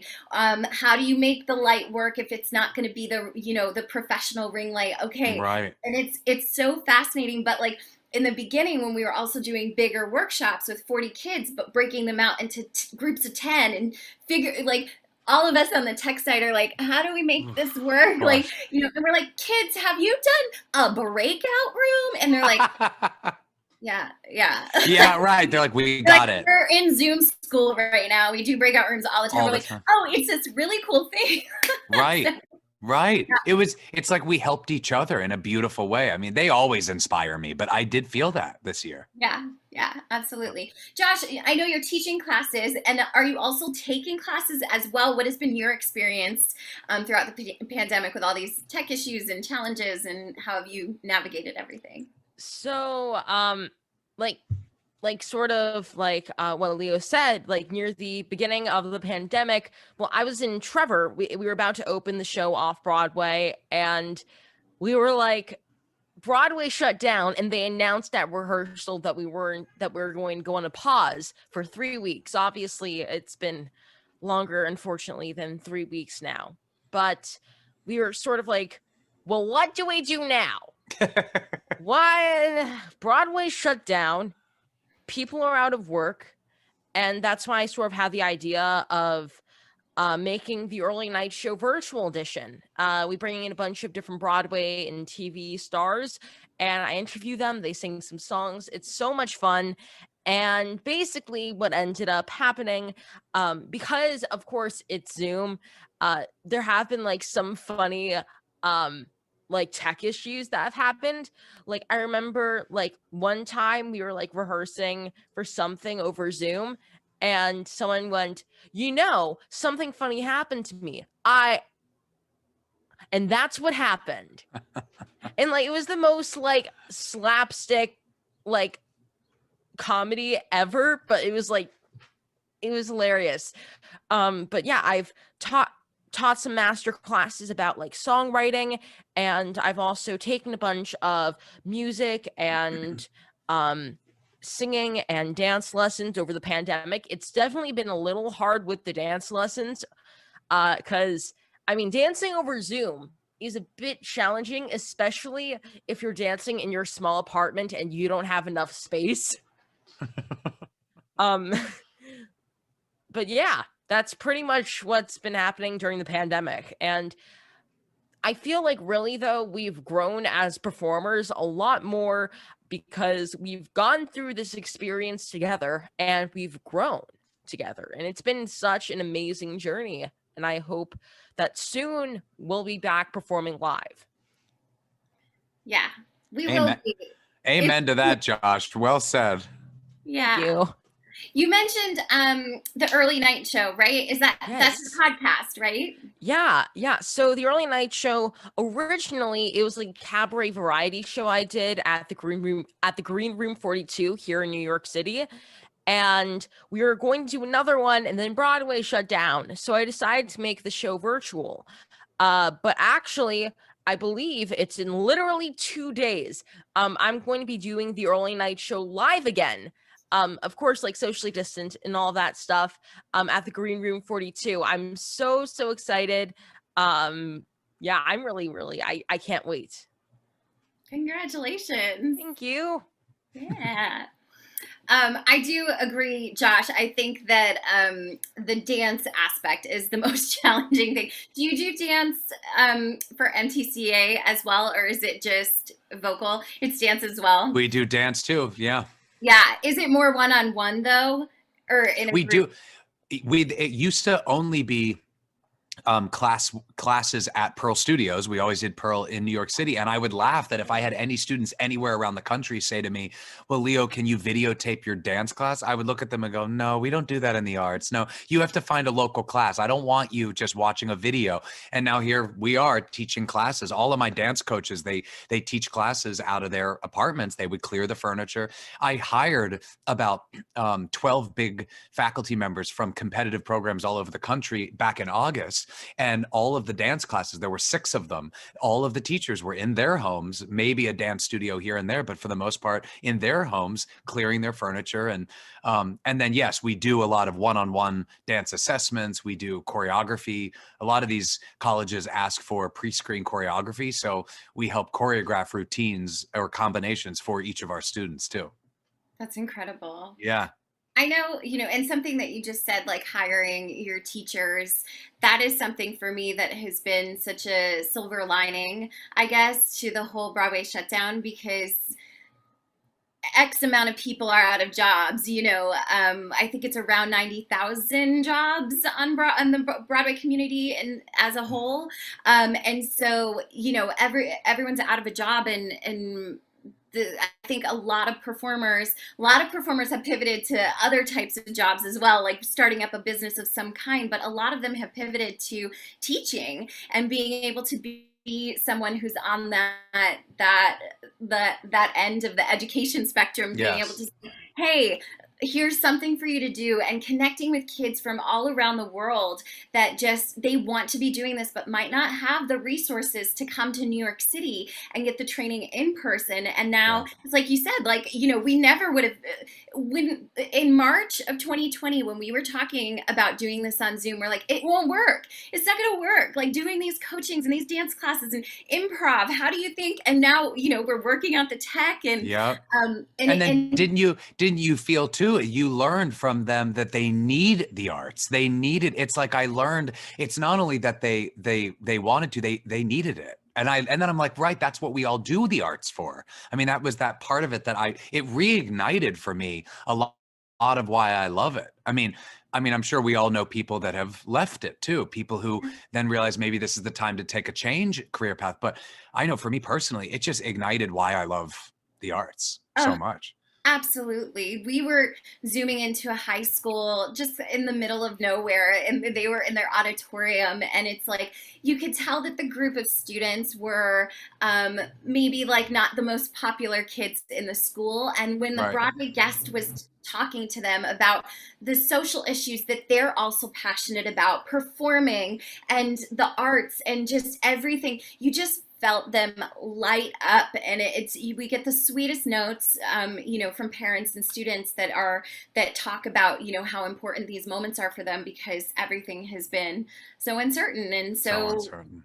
Crazy. I agree. I want to know what your thoughts are moving forward. So we've pivoted. We're doing the Zoom thing. We're online. We're figuring it out. We figured it out. We're still uncertain. When are things going to open? When can we be in a studio? When is it safe?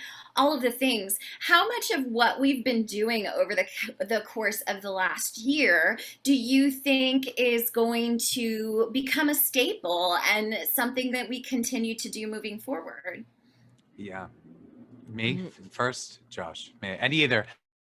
I would say it is more here to stay than go away. I've talked to a lot of department heads of universities and conservatories that I'm close with, and they've all quickly said what we've learned as far as time management and money saved in order to honor and offer online virtual auditions is so beneficial, not only to families that wouldn't otherwise be able to afford traveling to the college, or just from a standpoint of their own personal schedules and what they're able to accomplish through multiple rounds of auditions. If they call back a student or two, it's not a charge to the family making them fly out to a campus. So there are a lot of benefits. I think certainly because we're talking live theater, it will still always first and foremost be the first choice for faculty members and students to be able to meet people live in a room for all of those obvious reasons. The intangible of losing in-person energy is significant for a lot of students that I work with that are extroverts, the ones that really need to feed off of other individuals. They struggled with this format and this platform a lot. I think I'm better for it now. I know how to help people more now that I've got a year under my belt. But I think the idea now of will you audition in person or virtually will always be a part of the college prep audition equation. And I also think for my professional career too, I auditioned for the Blacklist about a month ago, and it was a co-star with about 6 lines. And I remember I talked to my agents about it, and my agents even said, Leo, it might not be as common anymore that you ever go to a casting office for a 5-line, 6-line co-star. Why? Like, it's just all the time in your day that you're saved. You don't have to travel to the casting office, and the casting office will now trust that the default of so many actors turning it in will look good. So it's just changed the whole medium. So electronically deficient Leo has to keep getting better because it's not going to go away. So I've learned to kind of ask for help. I have friends that always help me with, putting myself on tape and recording each other. I think that part is here to stay. Yeah, I agree. Yeah. Yeah. Josh, do you have anything you want to add? Yeah, I do think that at least some aspects of this are here to stay.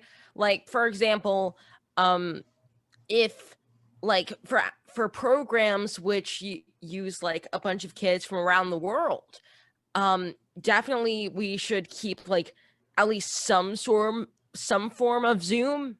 Like, I mean, maybe like soon a future update, it'll be like less delays on Zoom, because that would definitely be helpful for like live, like playing piano and singing for voice lessons. So like if someone's away, they'll still be able to take lessons and all of that fun stuff. That's a good point. Yeah. I mean, it is interesting, like tracks and stuff were so important. You talking about playing, Josh, like we would help students, but then to your point, they're playing the track. Where are they playing the track? With a device separate from the computer where the Zoom call is happening? Are you on a laptop? Is it on a phone? Do you have a speaker? Some of this stuff high school kids already had to do at Unifieds. That's a location where people do auditions. So they had to have tracks, but this took it to another level of what was live, what was the reverb, the delay. I'm so with you. That stuff, I can't wait to be done. Like to have for me to sing in the room with someone playing, there's no like substitute. I mean, when you get to make music with someone live in the room, a singer and an accompanist, it's everything. It's just, I miss that. Yeah, absolutely. That tech stuff, sometimes it's like if you have bad internet and you're trying like, you're trying to learn and you're on a delay and the sound. I know Zoom, sometimes you have to change your sound settings, otherwise when you hit a high note it like bleeds it out, all of that. And so it's like all of those. I agree. I'm so ready to be done. Like there are songs that I'll sing that like when accompanists play the song, like I sing I Can't Be Bothered Now, that Gershwin song a lot. And some accompanists that like are so good will like zhuzh it and there's like cool chords. That's what I miss. I miss like a musician doing their thing and then they make me a better singer. Like I can't wait for that. Yeah. Yeah. I'm with you. Absolutely. We also joke too. We were talking before about like going to Pearl or the studios that you go to. We use Ripley a lot. Like it's going to be so hard to get our teachers now. I think everyone's going to want to go back to like, human interaction, but we're like, it's going to be so hard to get our teachers to like come down to Ripley. We're going to be like, come on. You have to come that's so true. now. You can't just like roll out of bed. It's going to take 45 minutes to get there. Like you talking about the Blacklist audition was making me think through that. Yeah. We joke about it because it's funny too. Sometimes even on Zoom, people are a minute or two late, and we're like, "Okay, but you didn't have to go anywhere." Like That's so true. You can't blame the person on the street who like bumped into you. Like whatever your excuses today. Yeah. What about the beginning too, where that idea of, well, I know you're at home, we're in a pandemic, therefore you're available. That whole idea of available schedules. And it's like, well, yes, I might be at home, but that doesn't mean I'm free for you. It was like that whole give and take. It was fascinating to persevere through. Absolutely. Yeah. All right. Well, we just have a few minutes left. And I feel like we've touched a lot of the points about, just getting through this last year and what we've had to do to make art and student education happen. I want to just, in the sense of, we talked about what we think will stick moving forward. But what are some of the things, I guess we kind of talked about this a little bit too, but like, what are some of the things that you're most looking forward to going back to, in-person studios and interactions? You take it, Josh. Okay. One thing like I at least missed that I'm really looking forward to, just being in the studios. Like Ripley and Pearl, I miss them so much. I haven't seen them in over a year, and like it feels so weird because like a year ago we would have to go to Pearl and Ripley like nonstop for like rehearsals and auditions, but then suddenly like now they're closed, and it hurts. I mean, at least we have Open Jar now. Open Jar. It's like a studio place in Midtown New York City. They've been like really helping us get through the pandemic as performers. They have been so safe, and they even like make like masks and hand sanitizer, and it's really, really amazing what they've been doing. Yeah, I agree. Studio, I'm so with you, Josh. Just like the going in and out of the room with casting directors or with my students, every single event that we did this year virtually, our master classes, our mock auditions, dance classes, I would do parent meetings all the time. As soon as it was over and we were saying bye, thank you. Oh, Leo, it was so good to see you. And we're waving, and then the computer goes off. I always was just a little empty.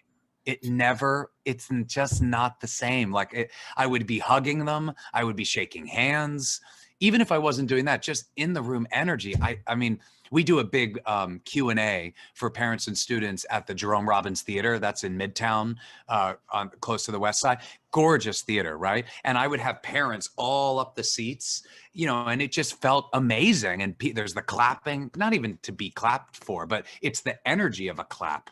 And hugging. And so I just can't wait for touch and energy in the room. Yeah. Yeah. Absolutely. I agree with all of those things. I'm ready to be back in the studio, just seeing, people that you know going Yeah. back and forth, and I agree, it's the same. There's always a little bit of like, okay, goodbye. Goodbye. As you're leaving the Zoom. I just have like a quick question. Are there any sort of things that you've done? Do you get Zoom fatigue? Like, how do you get through that? Because that for me is something I feel like when you're in the room and there's an audience of people at the Jerome Robbins Theater, you don't have to be so like, Right. I put myself on Zoom, like, I'm paying attention. I want you to know I'm paying attention. By the end of it, I get the zoomies and I'm just like, my eyes hurt, glasses right here. What are some of the Yvette, things did you make that up? The zoomies. That's good. I like that. I don't know if I saw it or I was just That's kind of great. The zoomies. Yeah. I mean, mine sounds basic, but I would force myself. I had to stand up, walk around. I have a 5-drawer dresser here. So sometimes I would take my computer and actually put it up there and stand for meetings. So I was just on my feet. I would even like stretch and do lunges, and I'm a dancer too. So like I would just move around. I'd stretch I would do isolations. And I mean, it kind of got to the point, it's like the equivalent of me working on sides on the subway or something like that, or what I'm doing with students when I coach them. I just would force myself to get up on my feet, jump up and down. Yeah, but I felt the same way as you, Yvette, where leaning in, it almost felt that I was more noticeable. Yeah, I could see everybody. I would always have my screens on gallery, so I could see the kids as if we were at Pearl Studios together. Yeah. Josh, do you ever get the zoomies? What do you do? Very much so. So I've been in online school for the past like 6 years now, and I'm almost in college, which is like, I think I'm going to be in college next year. So I'm like, oh God, I have to prepare now. Okay. But definitely I do get the zoomies. Like if I stare, I've been like, before I went on to Zoom, I'm like, oh yeah, I have to stare at a screen all day because that's where my school is. I'm fine with that. No, like doing meetings on Zoom, it's very different from staring at a screen because like there's so many people on the screen. So I also have it on gallery view too. So after like a meeting, I usually just like do something else, like exercise or something like that to like cool down in a way. Yep. I'm with you. Yeah. It's like you have to do anything other than Zoom. So my class at Carnegie Mellon, we were having every Wednesday night. This was beautiful for like, the first couple weeks, every Wednesday at 9 p.m. And we loved it. And then it started to get to the point where I said, guys, I can't do this because I know it's social and I'm on Zoom all day long. I can't do it. I said, we can talk on the phone, but I got to walk outside. I couldn't do it when I didn't have to do it. Absolutely. I have a hard time too. I know you're supposed to like take your eyes off of the screen for a little, and I forget to do that throughout the day. So by the end, I'm with you. Yeah. All right. Well, to spin it more into a positive direction while we wrap things up, I just want to know what's something that you've learned about yourself in this last year, pivoting and doing, arts education, working with students globally, all of the things. Like, what is something that you've learned about yourself or your business, your career, anything that you will take with you moving forward? Well, something that I definitely learned was that I love to teach, especially like teaching music. It's so much fun, like the joy and like the thrill of it. It's so much fun. That's amazing, Josh. I think for me, I always had the appreciation of nature. Like I'm a big person who walks in the park. I'm close with my family, my friends, but it's always a balancing act for me all these years of I'm so professionally motivated and driven, which I'm grateful for that comes naturally to me. But at the end of the day, it is a job. And I love my work. I love my job. But I guess because then this pandemic did force more isolation, it reignited and reminded me just as we slowly come out of this, how much I don't want to just get completely lost in my work. That I want to keep maintaining all of the things in my personal life that I want to achieve. Like I'm single. My best friend the other day, he was like, I think you should try the online dating again. I was like, maybe I will. Yeah. Like as opposed to me judging it going, I don't want to do that online dating. Yeah. It's stuff like that I think I will be even more keen to make sure I'm I'm motivating myself to do, not just the showbiz stuff. Absolutely. It's Yeah. so easy to just like fall into the hole and just like surround ourselves 24/7. Yeah. I feel like I'm a mixture of both of you. Like Josh, like what you said, I love teaching as well. And, you know, just again, this platform and being able to be so global and have kids from around the world join us and to bring Broadway to them has been so incredible. And then I've also had the same thing where it's like, oh, I'm experiencing life outside of Broadway right now. Right. I cannot wait for it to be back. But I'm also getting to, you know, grow a garden, do things outside of it. So so that's been fun as well. I want to thank you both for your time today and for chatting with us about arts education and what this last year has been like and what you think it's going to be like moving forward. So thank you, Leo. Thank you, Joshua. And again, my name is Yvette. Thank you all for joining us here at BroadwayCon. Awesome. Hey. Thanks, Yvette. That was super fun. Thank you. You're awesome, Josh. So are you. Thank you.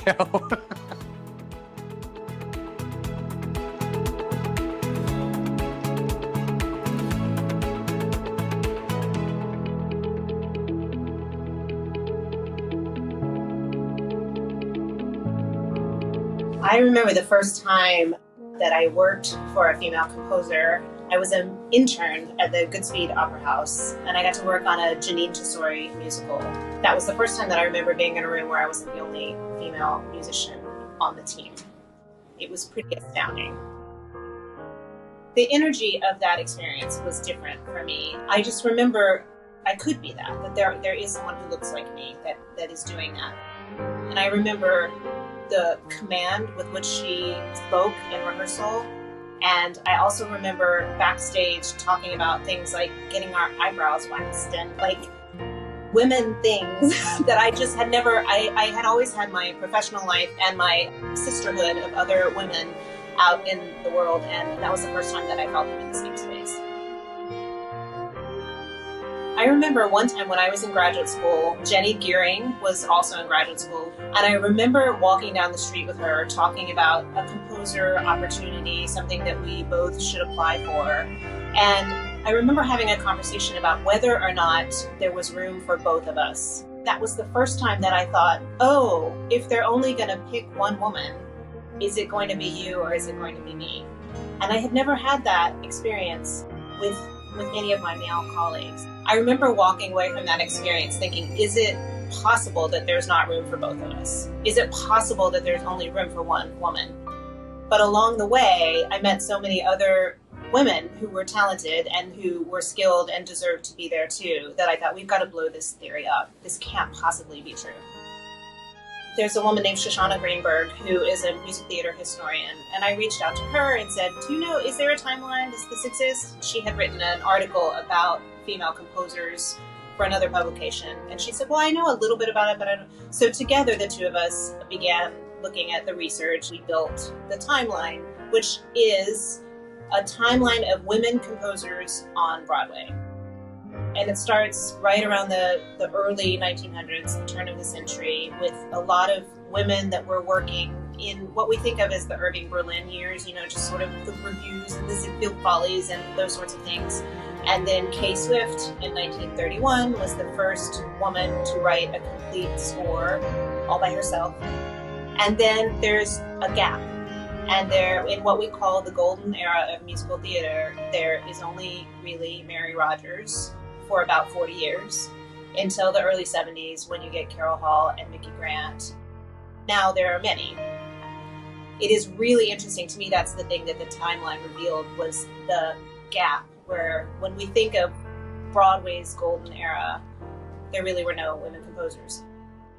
When you see who's on the timeline and you see who's missing from the timeline, it really makes you think about who got to speak and who didn't, and why were women's voices silenced? Why were women of color silenced? What Maestra is trying to do is look at what the history was, change the problems, fix them so that more women have access, more women are allowed to tell their stories, and more audiences get to hear the diversity of stories that can be told when you have everybody participating in the process.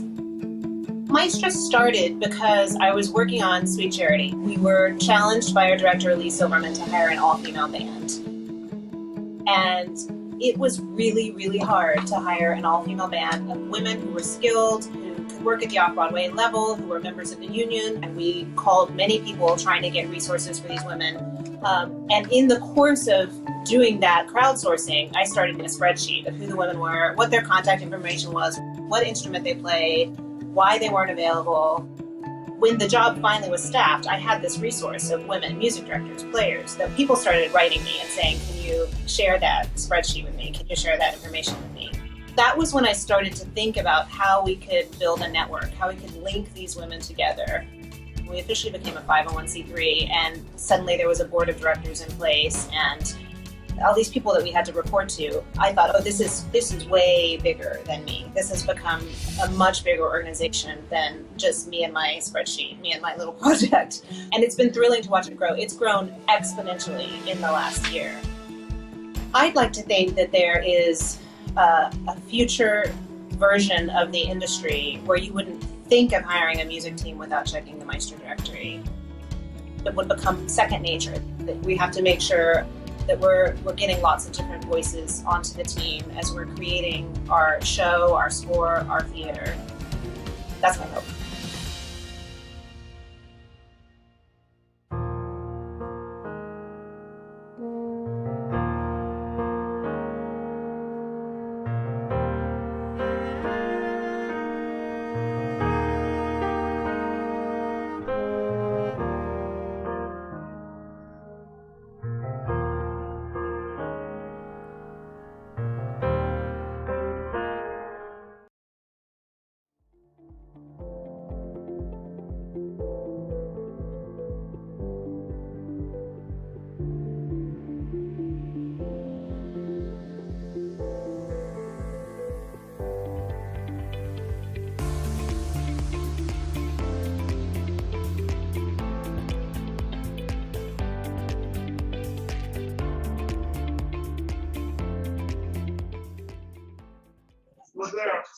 Hello, everyone. Welcome to the BroadwayCon How to Be an Arts Hero panel, moderated by myself, Ian Espinosa, and we are here with Jenny Grace Macholm and Carson Elrod. Hi. Hi there. It's How good to are see you, Eden. Thank you. It's good to be here.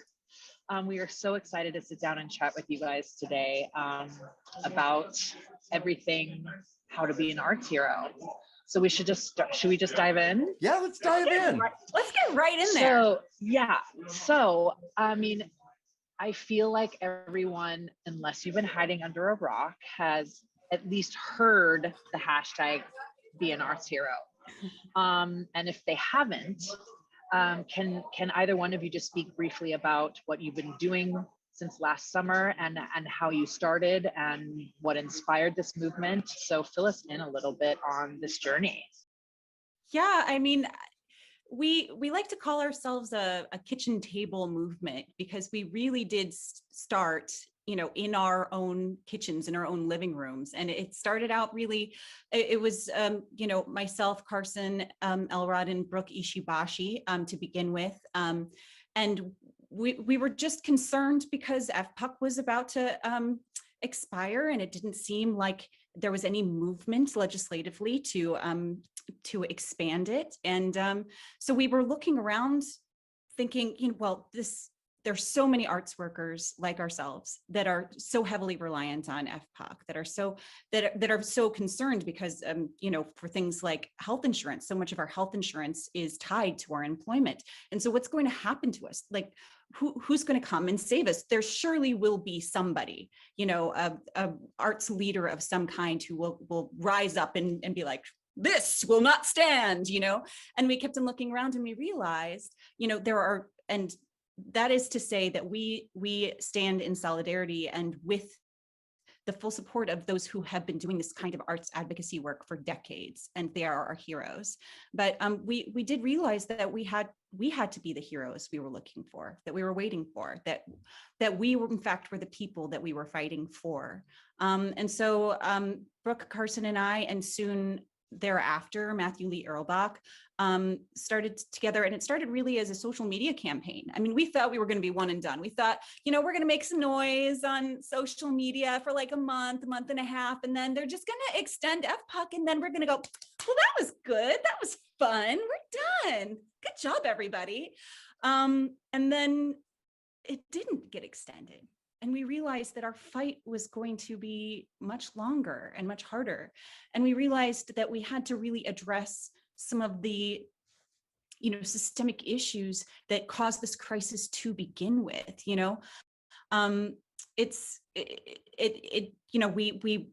started out as a social media campaign, and really soon after that, we were really lucky. We got Billy Porter to come and be our ambassador and speak on late night with the Late Show with Seth Meyers, and with some talking, like some morning talk shows. And it really began to, catch hold, and we it was unexpected success. I don't think we were quite prepared initially to be as successful as we were, and campaigning and advocating for our sector. And so then we started really contemplating what it would mean to advocate for the entire arts and culture sector. That we're unfortunately, like theater tends to theater, and museums advocate for museums, and movie theaters for movie theaters, and there aren't that many voices out there that are advocating for the entire arts and culture sector. And the arts and culture sector, is huge. It contributes $877 billion to the United States economy, 4.5% of our GDP. And we represent 5.1 million workers in this country. So we're not small potatoes. And so, I think what we realized in that moment was that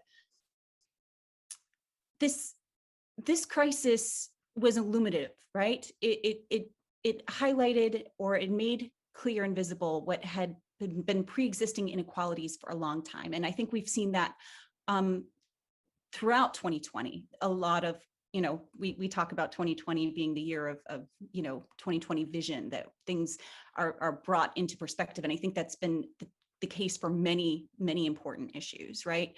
And so what we realize is that the arts have a story problem, ironically enough. That we are considered a luxury. We are considered a side thing that's not really a career. And there's a thought about arts workers that what's the common term, right? Starving artist. Right. And either that, or we're considered like these coastal elites, sipping champagne in our, Malibu beach house. I wish that was true. But the truth is somewhere in between. Like, which one is it? Are we starving artists, or are we sipping champagne? And the truth is we're working class, we're middle class, and we're everywhere. There's not a single state in our union that doesn't employ tens of thousands of arts workers. And there's not a single state in our union where arts and culture doesn't contribute billions to their state's GSP. So, when we realized that, it was really easy to start contemplating what our next steps were. So we started a Labor Day of Action. We did a music video with the song Will I from Rent, which that Eden participated in. You might be familiar with. And we've just been going strong. We Matthew Lee Erlbach wrote this amazing letter to the Senate. It's garnered over 15,000 signatures. And we pushed for we were one of the voices that helped push for the passing of SOS, Save Our Stages. And now we're in our new campaign, which is the 100 Days of Art and Activism, mirroring the first 100 days of President Biden's presidency. So that's the briefest overview I can have of what we have been up to. No, that's amazing. Yeah, it's so funny because I remember, in response to several, elected officials' speeches that are always like, let's get these people back doing to what they love. And I'm like, sir, ma'am, person, it's more than that. Like, like, you know what I mean? It's not just a hobby. We this is our livelihood. So you wouldn't say that to a doctor. You wouldn't say that to a lawyer. You wouldn't say that to an athlete. You know, so yeah, I hear that. And Carson, like, I mean, Be an Arts Hero is just, you know, one of the many advocacy organizations that have come up since the pandemic and joining pre-existing ones. But there's, you know, BTU, BAC, BTC, Affect. There's just a Broadway for Racial Justice, Be an Arts Hero. And so can you speak as to like what you think the impact of all of these organizations are, and do you think that it has and will help this sector moving forward? Yeah, thanks, Eden. Yeah, one of the things that we said early on is that you have to have the conversation to change the conversation. And so what's happening right now is there's a lot of people that in the face of the crisis that are stepping up and stepping in. And I'd love to start really micro and then go macro. On a micro level, there's a young man named Kelsey Steele who reached out to us, who we talked to. He was a young actor. He had just gotten his Actors Equity card. He was on a tour. The tour got canceled. He lost his job. He had to move back to Ohio to live with his parents.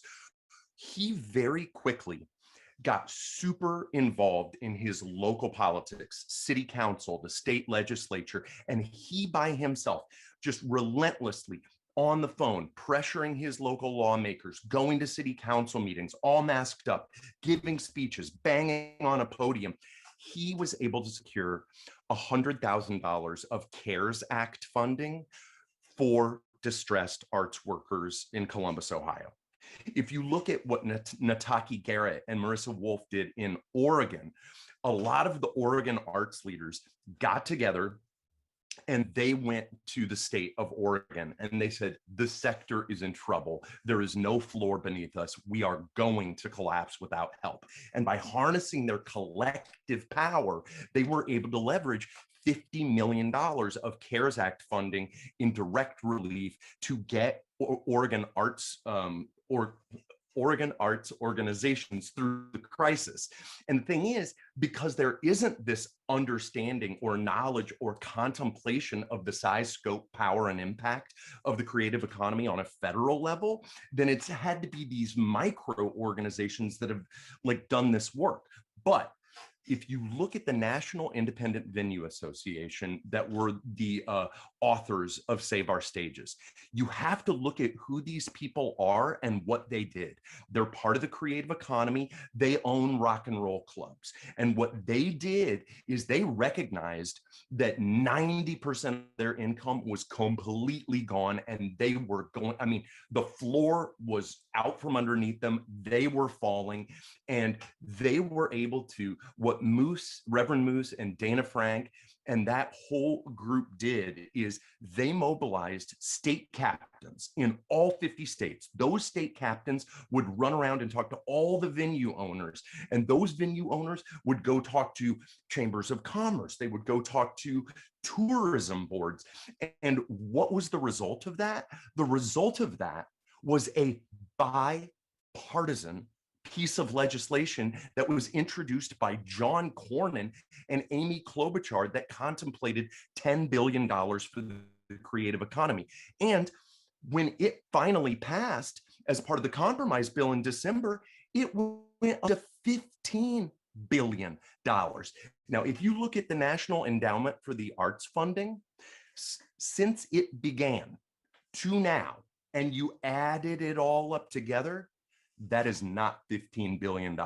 It's not anywhere close. So if you look at what an organization that did not exist a year ago was able to do with their hard work and their commitment and their organizing and their stepping up and stepping in to address a crisis, I just want anybody who's watching this to know that that could be you.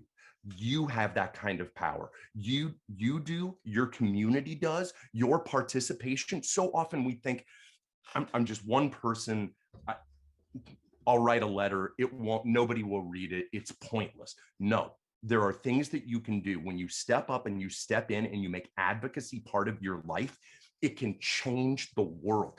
The idea that there was a hearing in December with Marsha Blackburn, Mike Lee, and Jerry Moran all talking about the importance of rock and roll clubs. I mean, all of a sudden you have Republicans and Democrats having a different conversation about the creative economy. We're talking about rock and roll clubs as small businesses, as local businesses, as jobs creators, because that's what they are. And that's what arts and culture is all across the country. And so what we're trying to do is we're trying to work with NEVA. We're trying to work with Americans for the Arts. We're trying to be a convener to bring all of these groups together to find common cause, to make our voices even bigger, even louder, to accomplish even more things. But if you look at what you and Karen have created, what I would call like accountability organizations, like We See You White American Theater, Black Theater United, Affect Change, there's so many good things happening right now because people are seeing what needs to be addressed and they're stepping up and stepping in to address it. So I think that right now we are having a very different conversation with government than we've ever had before. The creative economy is, as Jenny said, $877 billion in value added. It's 5 times bigger than agriculture. It's $265 billion bigger than transportation. So finally, there are people that are just starting to get loud. And that's what Be an Arts Hero is all about, is we want all 5.1 million of us to get as loud as possible to get the kind of subsidy, relief, recovery, and investment that we deserve. It's funny, like every time I hear those numbers, it never ceases to astound me. It never fails. Every time I hear them, and I've heard them a lot, my head wants to pop. It's unbelievable. And I love that, like, it is about agency. It is about empowerment. It is about us knowing that we do have power in our hands, and we are conditioned to accept, well, this is just the way it is, and we don't have to. And I just love that that is part of the conversation as well, the empowerment. And so this is an awesome segue into, leading into the good things, like you were saying, that are happening, Carson. Like there are a lot of good things, and, like, if you will, like small baby steps that have been happening along the way. But it also, long game, seems like there's still a long way to go. And it's, Karen and I talk about this all the time, of like, we might not ever fully see the impact of what we've started in our lifetime, like fully. I hope we do. But so what are some of the things, like short term, that need to happen in order to ensure that the long game continues to develop? What are some short term goals that you guys think could happen? Jenny, you want to jump in there and talk about some of that stuff? Oh, well, I mean, I think you can talk a lot more fully about it. What we're thinking about right now is about the infrastructure bill. That's the thing that we're contemplating right now, because that as Carson likes to say, that cake has not yet been baked. And it is so wide in scope. I mean, when you talk about mind-boggling numbers, Eden, I mean, that is a mind-boggling number. The dollar bill amount for the infrastructure bill is mind-boggling. And so part of what we're doing when we say you got to have the conversation, change the conversation, is, well, arts and culture is part of infrastructure and should therefore be contemplated in an infrastructure bill. And Carson's been working really hard. So I kind of want to pass the mic to him to talk about specifically what we have in mind. Well, sure. Like, so there's two big pieces of legislation that are coming down the pike. One of them is the infrastructure, which is $2 trillion. And then following that is going to be a social safety net families package, which is another $1 trillion. So we have $3 trillion in relief and recovery stimulus packages that are on their way. So what we need to understand is, you know, the Brookings Institute did a study called Lost Art: COVID-19's devastating impact on the creative economy back in July. And they were just looking at what the losses and the impacts were just between April and July. And they were tabulating over $150 billion in losses, over 2.7 million unemployed arts workers. Now, when you consider there's 5.1 million arts workers, that's like over half of us that are completely unemployed. The devastation across our sector has been really horrifying and unimaginable. We still don't know the size and scope of the devastation, but we have a unique opportunity to build back better. Our growth rate is 4.16%, which is nearly double that of the rest of the economy. We also know from studies, peer-reviewed data, Richard Florida wrote in The Rise of the Creative Class, if you want to know where an economic hotspot is going to be, look for where the artists are. 68% of all tourism is cultural. We anchor dynamic, interdependent local economies. We are the reasons why coffee shops and breweries and pizza places, it's the arts thing that starts, and then everything pops up around it to support it. And it becomes part of this really exciting socioeconomic ecosystem. So one of the things that we can contemplate is Jenny Gersten wrote in Bloomberg, build back better with the arts. And she talked about, an example like Mass MoCA, which is a modern art museum in North Adams, Massachusetts. So North Adams was this tiny little town. It was a factory town, and the factory closed like in the 70s.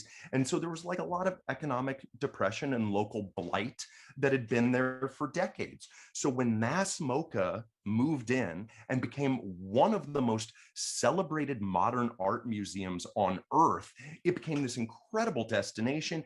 And now there's bed and breakfasts and, like cool wine bars and cafes, and everybody loves to go to North Adams. There's a place in South Carolina called Arts Fields, which was this super economically depressed little community where a generous philanthropic soul started an arts festival in the summer there. And just by infusing a couple $100,000 in 2013, it got the ball rolling in what has become the identity of this town in so many ways. Crime has gone down, the unhoused population has gone down, educational outcomes have improved, employment has improved.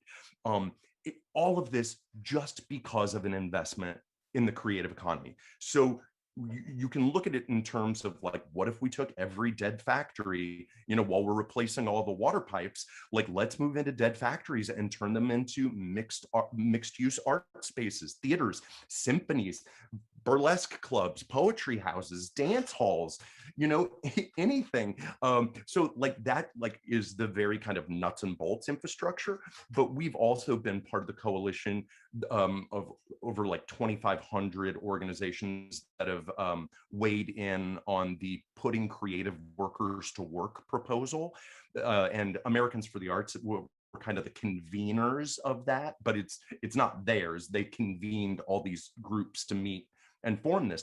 And the Putting Creative Workers to Work proposal, go check it out online. You can just type Putting Creative Workers to Work.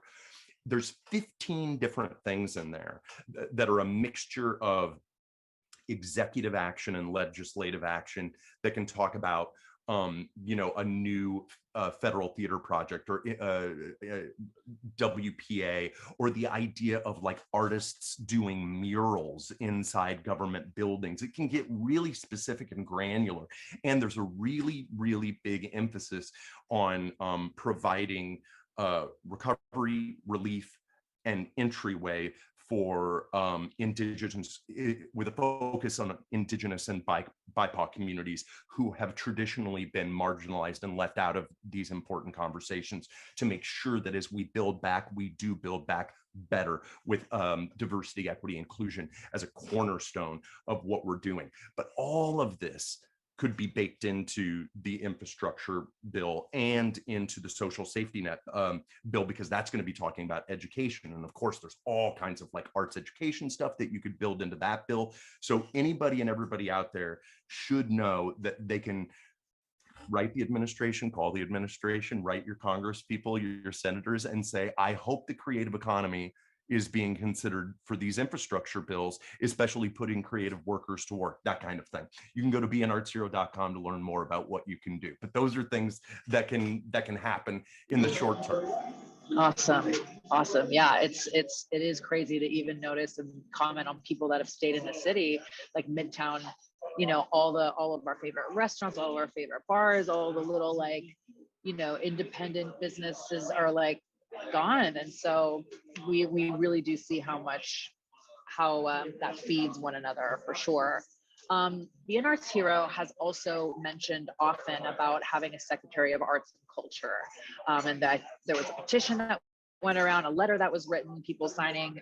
And so what do you, from your perspective, what are some of the benefits that we would have having a representative at the executive level there? Jenny's like, me, I want to talk. I'm gonna share the mic with this one, but I'll take the first part and then I'm gonna pass the baton over. Look, as we said before, so first of all, just restating the numbers, we're just at the end of this, there will be a quiz and we're gonna be like, how many billions of dollars?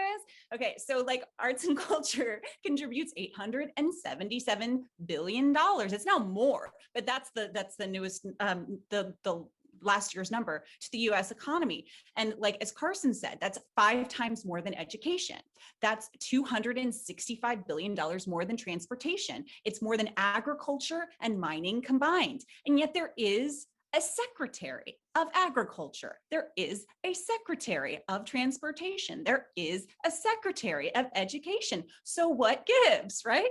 So in fact, we're one of the few nations to not have a cabinet level position for arts and culture. There are over 50 countries that have a cabinet level position for a minister of culture or a Secretary of Arts and Culture. It's called different things, but it means around the same thing. You know, Brazil, Cambodia, Ethiopia, France, Canada, Greece, Haiti, Italy, Spain. I'm not going to list all 50 because, you know, everybody's got things to do today. But what's interesting about this is that, you know, this is not a new idea. This is not a new fight. Quincy Jones has been leading this charge for decades now. You know, he made the most progress. It culminated in a petition during Obama's first term that was signed by over 150,000 people. And, you know, maybe the time wasn't ripe then, but it certainly is now, because President Biden has set a precedent at the very top of his presidency for altering the structure of his cabinet and end those offices that are holding a cabinet level position. You know, he's elevated the chair of the Council of Economic Advisors, the director of Office in Science and Technology and Policy, the ambassador to the United Nations as cabinet level positions. He's also removed the director of the CIA from his official cabinet. So, I mean, when we're talking about the time is ripe for real change, you know, and we're certainly dealing with a president that's open to new ideas and new ways of approaching things. He's certainly not going, well, things have always been this way, so that's the way it's going to be. He's definitely not afraid of change. And I mean, Carson can talk a little bit more about what this office could look like. You know, there's a lot of different ways this could manifest itself. Well, and one of the things to think about is just, you know, these people that sit on the Domestic Policy Council and the executive office and the cabinet, you know, they talk about the big issues that face America, both socially and economically, and then they have a robust conversation amongst themselves about what to do. So like in the last administration, you know, there were trade wars with China, which had a negative impact on farmers. And so there were $46 billion in farm subsidies during the last administration. And you didn't see like there wasn't a necessity for a Be a Farm Hero campaign for farmers to like try to rally their voices, because there was a Secretary of Agriculture who was like looking after the sector and saying, okay, this is very important. Like agriculture is going to be in a lot of trouble without a certain level of investment and subsidy. So part of the problem, one of the things Jenny was talking about, is there's a story problem around arts workers and the arts and culture sector. Sure, that is true. There's also a representation problem. As Elizabeth Warren said in her campaign, if you don't have a seat at the table, you're probably on the menu. The simple factor is, despite the fact that we're 5 times bigger than agriculture, $265 billion more than transportation, we don't have a seat at the table. So of course we're not being thought about. Of course, as the floor has fallen out because of COVID-19, like literally nobody is in the room talking about us or thinking about us, despite the fact that we're 4.5% of the country's GDP and one of the country's biggest exports. But this leads me to like, what would a Secretary of Arts and Culture do other than, take care of the arts and culture sector? The Domestic Policy Council is a really fascinating thing, because you have people from the military, from education, from science, and they're all weighing in together on how to address the nation's problems. Shouldn't there be somebody with a big, creative, out of the box, imaginative point of view in the room? So I'll give you an example of how that could work. So we talked to Michael Seaman, Professor Michael Seaman, who was a co-author of that Brookings Institute study that we were talking about earlier.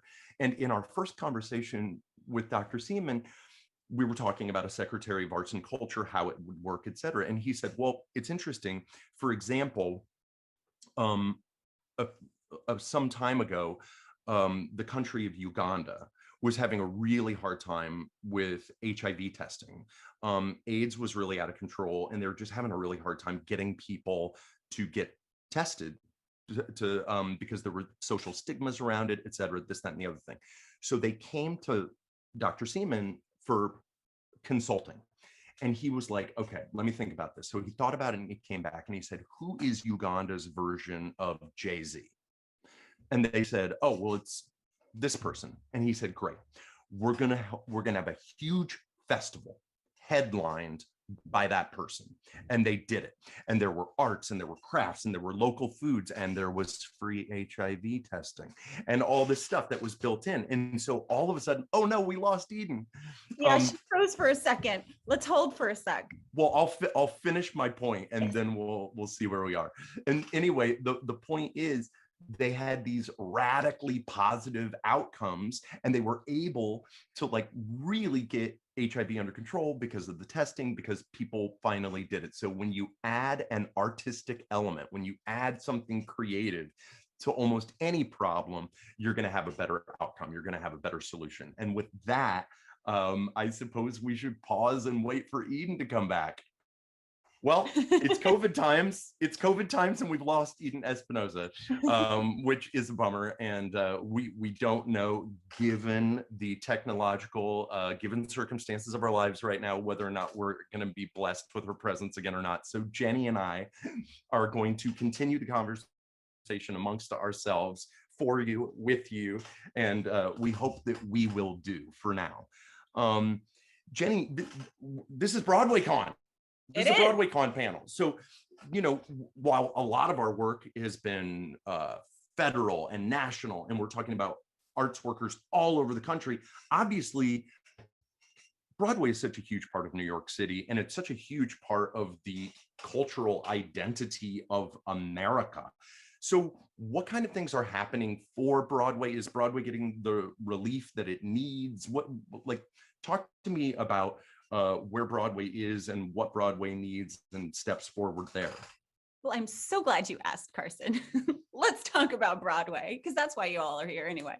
I don't know if folks really understand or really know how big the Broadway community is.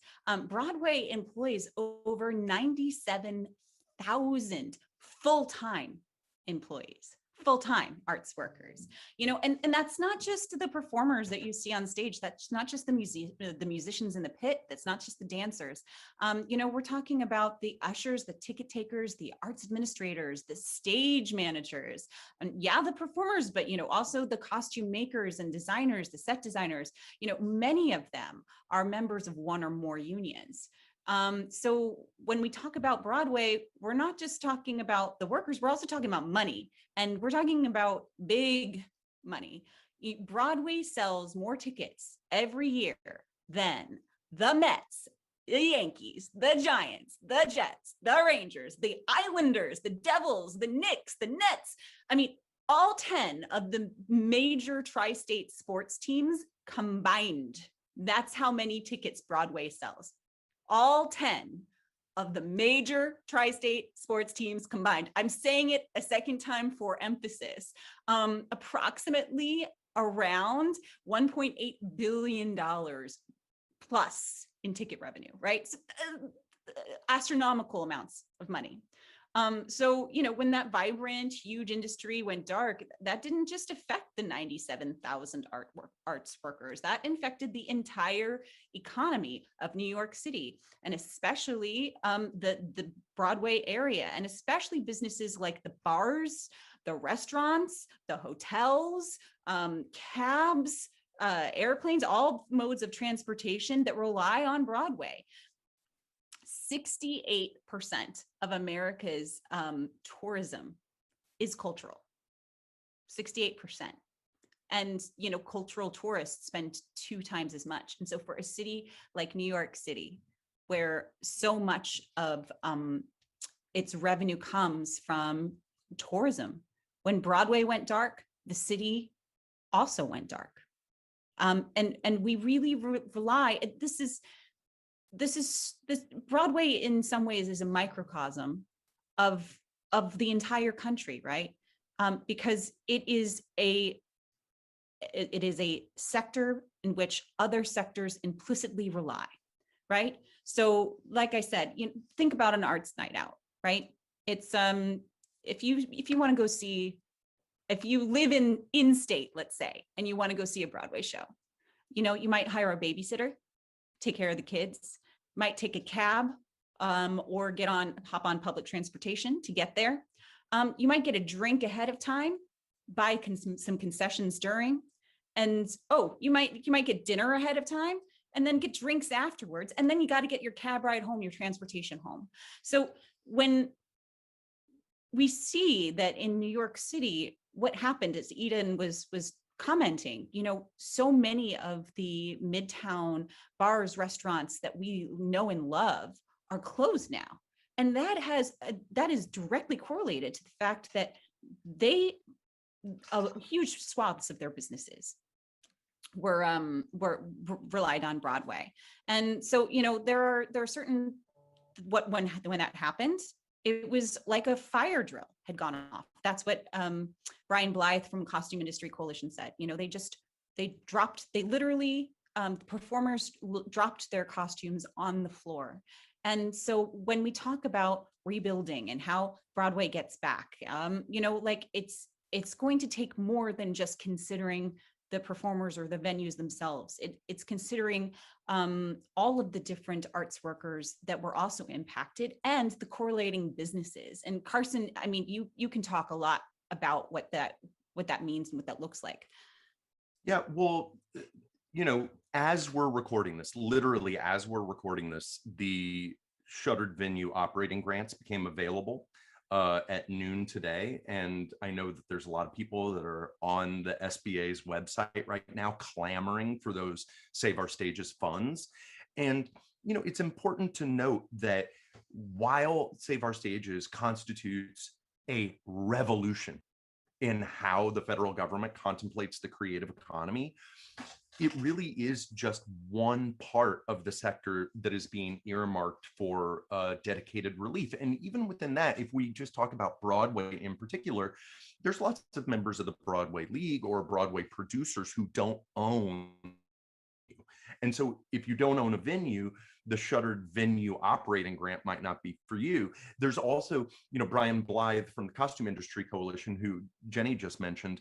He likes to pick up a Broadway program and like open it and like turn to the last 3 pages. And he's like, all these people need dedicated grants. Like, he represents, 60 costume shops that make costumes for opera and cruise lines and theme parks and Broadway. And they're over $26 million in debt. And they've been completely shuttered with no employees for the better part of a year. For them to get back up and running, for Broadway to be able to like turn those marquee lights back on, there is a lot of physical and human infrastructure that needs to start back up. And so on a city level, it's really important that relief that's coming from the American Rescue Plan, I believe 6 to 7 billion is coming to the city. It's really important that a huge part of that be able to go into the for-profit and not-for-profit arts and culture sectors, because it's not just Broadway. It's super important to get Broadway back up and running, but the city has a vibrant cultural landscape. The whole state does. And so when it comes to what's happening in Albany, what's happening in the city at City Hall, it's really important that our legislators and our representatives continue to contemplate the creative economy and get it the dedicated relief that it needs so that we can get back up and running as fast as possible. You're talking expressly about Revive and Rebuild, right? Yeah, Revive and Rebuild is a consortium of organizations that have been talking to the Lieutenant Governor's office, the Governor's office, different state representatives and assembly people, senators, talking basically about how do we make sure that relief and recovery earmarked legislation from the federal level that came to the states can then be translated into supporting the creative economy. Kind of like what I talked about at the beginning of the conversation with Kelsey and with Nataki Garrett, is it's really incumbent upon us, Broadway lovers, right now to pick up the phone and call your assembly person, your state senator, your city council member, and say, it's really, really important that Broadway and all of New York's arts and culture sector get the kind of relief and stabilization so that, when we're all vaccinated and there's herd immunity, that we can get the lights back on and we can get our butts back into the seats where we want them to be. We had a couple of more points to make, but I think we are at time. So I think in our closing remarks, we just want to give folks who are watching some information on how they best can help Broadway, how they can, and Carson, you touched upon that. You can call your representatives, you can call, there's a couple of things you can do. You can call 202-456-1111. That's the White House, and say you want a Secretary of Arts and Culture. You can sign our Action Network letter. It's on our website. It's also on our link tree on our Instagram. And you can, of course, follow and subscribe to our socials. We always love that. And you can call or write or tweet your senators. And we have a spreadsheet in our link tree and on our website. If you don't know who your senator is, if you don't know their contact information, we make it so easy to find that. So did I miss anything, Carson? I don't think so. We're really, really honored to have been asked to be part of this panel. We're really, really honored that to be partnered with BroadwayCon. We're honored to have been partially moderated by the incredibly talented and amazing Eden Espinoza. And please be an arts hero yourself. You have so much power. Believe me, go to beanartshero.com to learn more how you can get more involved. Thank you. Thanks, everyone. Hi, everyone. I'm Gwen Boniface, the lead programming manager on BroadwayCon 2021. And one of my favorite parts of the event is always getting to see the enthusiasm, the creativity, and the skill of the cosplayers that attend. Since we can't be together in person this year, we thought we'd put together a video featuring some of the incredible cosplayers who sent us their designs so that you too can appreciate the time and talent that went into making these incredible creations. Enjoy! Hello, my name is Krissa, and I am currently a student studying theatrical costuming. The cosplay I'm entering into the competition is my Anastasia cosplay from the musical Anastasia. To start off this dress, I used a commercial pattern to make it into a prom dress to wear to my junior year prom. And then I remade the front panel with a sparkly fabric and then stitched on a bunch of sequin stripes and sequin lace. That was all hand stitched on, about 30 hours of work. And then once that was all put together, I put the rest of the dress together, added some more overlays, added the hip pads, and then my mom and I spent about 10 hours hand beading all the beads that are on the dress that drape around the front and on the sides and for the sleeves. I also used a wig. Over the summer last year, I restyled the wig into a more time period accurate style and just more accurate to the show itself. Hi, I'm Reese Haskin, and I am cosplaying as the Artful Dodger from Oliver.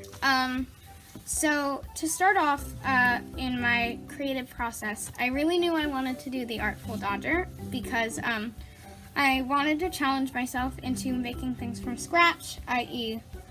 blazer, shoes, pants, belts, that kind of thing. So the Artful Dodger is definitely not the most put together character, so I thought it would be a nice way of putting in that scratch. One thing that I really love is that I was able to find this old, like, Luke Skywalker costume, and I cut off the sleeves, and then I splatter painted it, and made it into this really cool artsy design thing.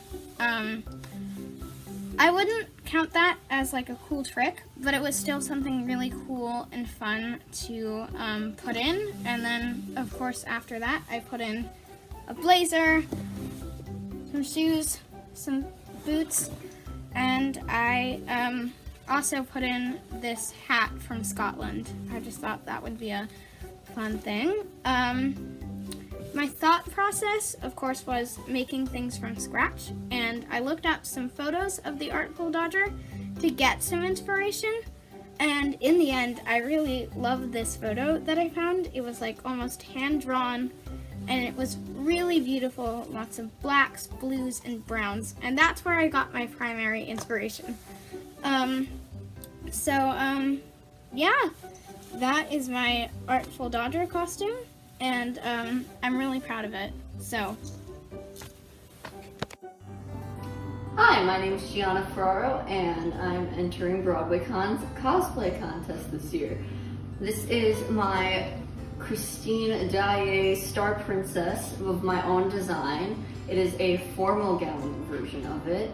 I put a lot of effort into this cosplay, which is what I love about it. I hand sewed all of the detail on the bodice and the stars, the star here, all the tulle, this bottom part down here was all hand sewn by me.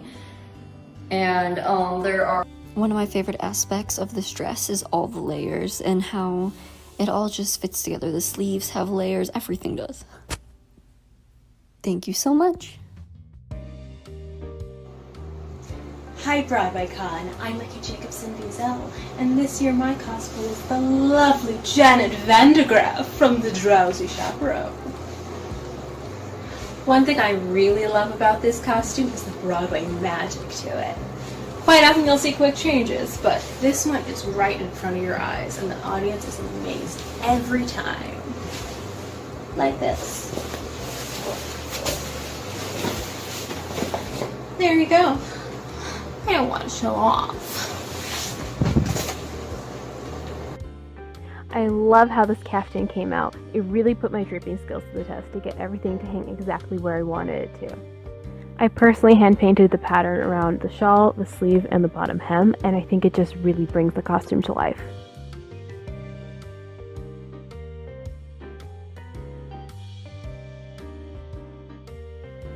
The second look is also so much fun. I really love when a costume has movement to it, and you definitely get that with all these little petals on the skirt. And all those petals are each individually stitched with pink bias tape. I hope everyone has a great time at BroadwayCon, and remember guys, stay safe, wear a mask.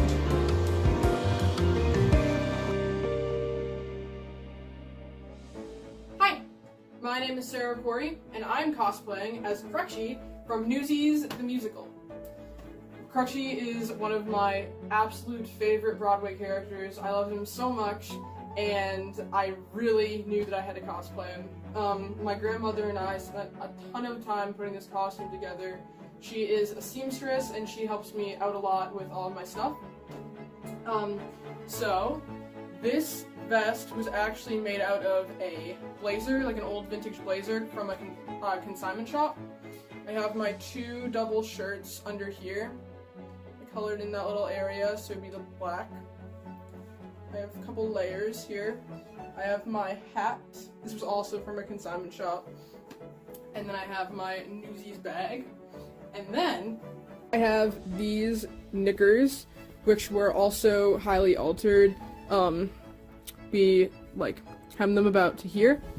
And then I have my Argyle socks and black boots. And then finally, last but definitely not least, this is my favorite part, I have Crutchy's famous crutch. This was this part, the handle was 3D printed. My uncle helped me out with that.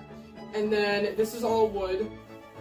That has been painted multiple times, different layers, and to make it sort of look faded in some parts. And then this was all, the armrest was all wrapped with different kinds of material. And this was all rope right here around the handle, and then on the very bottom, this is all rope that has been hardened so it doesn't fall off when I'm walking around with it. And then this is the strike sign, which is just a piece of linen cloth and painted strike on it. Thank you so much. I'm super happy to be considered, and yeah, thank you. Hi, my name is Sarah Corey, and I am cosplaying as Michael Mell from Be More Chill the Musical. Michael Mell is one of my absolute favorite Broadway characters. He's awesome, and this is my cosplay. Here is the famous Michael hoodie. It took me a really long time to find all these patches, but here's a closer up look at them. We got the zipper and the drawstrings. Got some in the back, bottom, Pac-Man, and then we have the polar bear in the back, my favorite part. And there are also some patches in the bottom there too. And then I have the R&J headphones and the glasses. And then I have some really cool white Adidas Pokemon sneakers and Michael's famous weed socks. Ooh. So yeah, that's it. Thank you so much for considering me, and I hope you enjoyed. Bye! I am Rory James, and I have created Christine Daae's rooftop dress from Phantom of the Opera. The gown is made of a pink and gold brocade, as well as detailing done with mint and gold brocade. And that mint and gold fabric is identical to what is being used in the West End. I had the shoes custom made for me in Italy, based on the original design. My small lyre brooch is a reference to the original novel and the scene where this dress takes place in the musical. In the novel, the rooftop scene is from a chapter called Apollo's Lyre, referencing a famous statue on top of the opera house. The cloak is made of a mint fabric and has handmade ruffles and runching on the hood. My gown and cloak were made entirely by me. They are based, of course, on Maria Bjornsson's original design for the show, and based on the current design being used in the West End. The gown required 2 years of intense research and 3 weeks of solid work before she was finished. Hi, my name is Lexi Giselle, and I'm cosplaying as Matilda from the Matilda the Musical.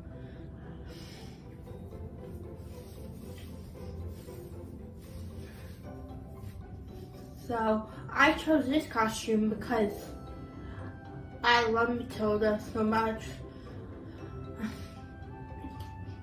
The show has been Broadway in years. I wasn't able to see it, so I really hope it comes back so I'm able to see it and maybe even be a part of it. And my costume has some props. It has some books because Matilda loves to read. I also have the blue dress, the red headband, the messy hair, the white socks. So yeah, that's really pretty much all my costume is.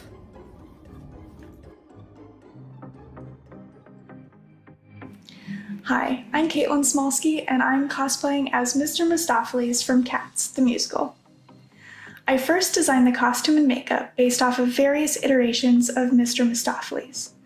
I decided to make everything except the unitard base and the jazz shoes. I sponge painted the unitard with gray fabric paint mixed with red, purple, and gold glitter.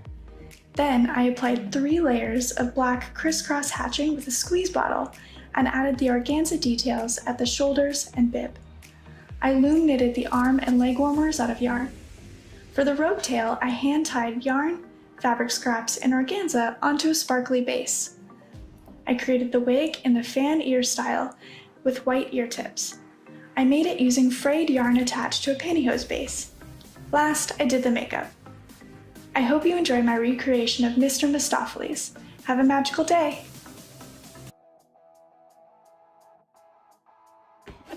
Hi, my name's Elise Sullivan, and I'll be cosplaying as Joe from the show Dragon's Little Plum. The most significant parts of the costume would be the sports jacket and the beanie, because those are the things that she wears most often throughout the show and kind of makes her who she is. And then also I have a dual sign, because she has a couple signs during a couple of scenes of the show that she has. Also, my inspiration for throughout the making of this process was looking at pictures online and also watching a couple clips of her costumes.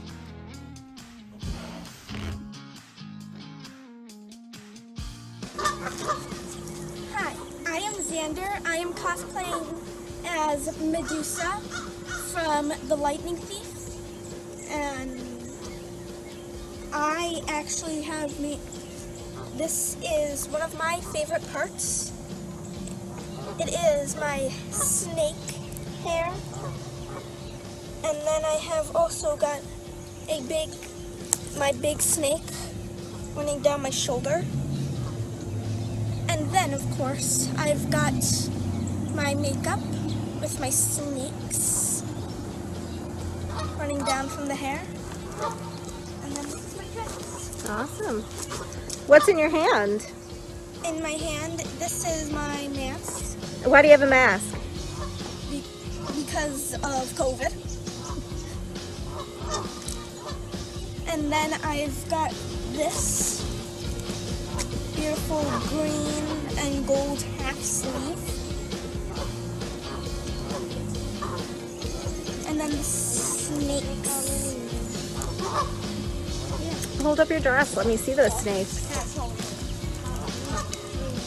Very nice.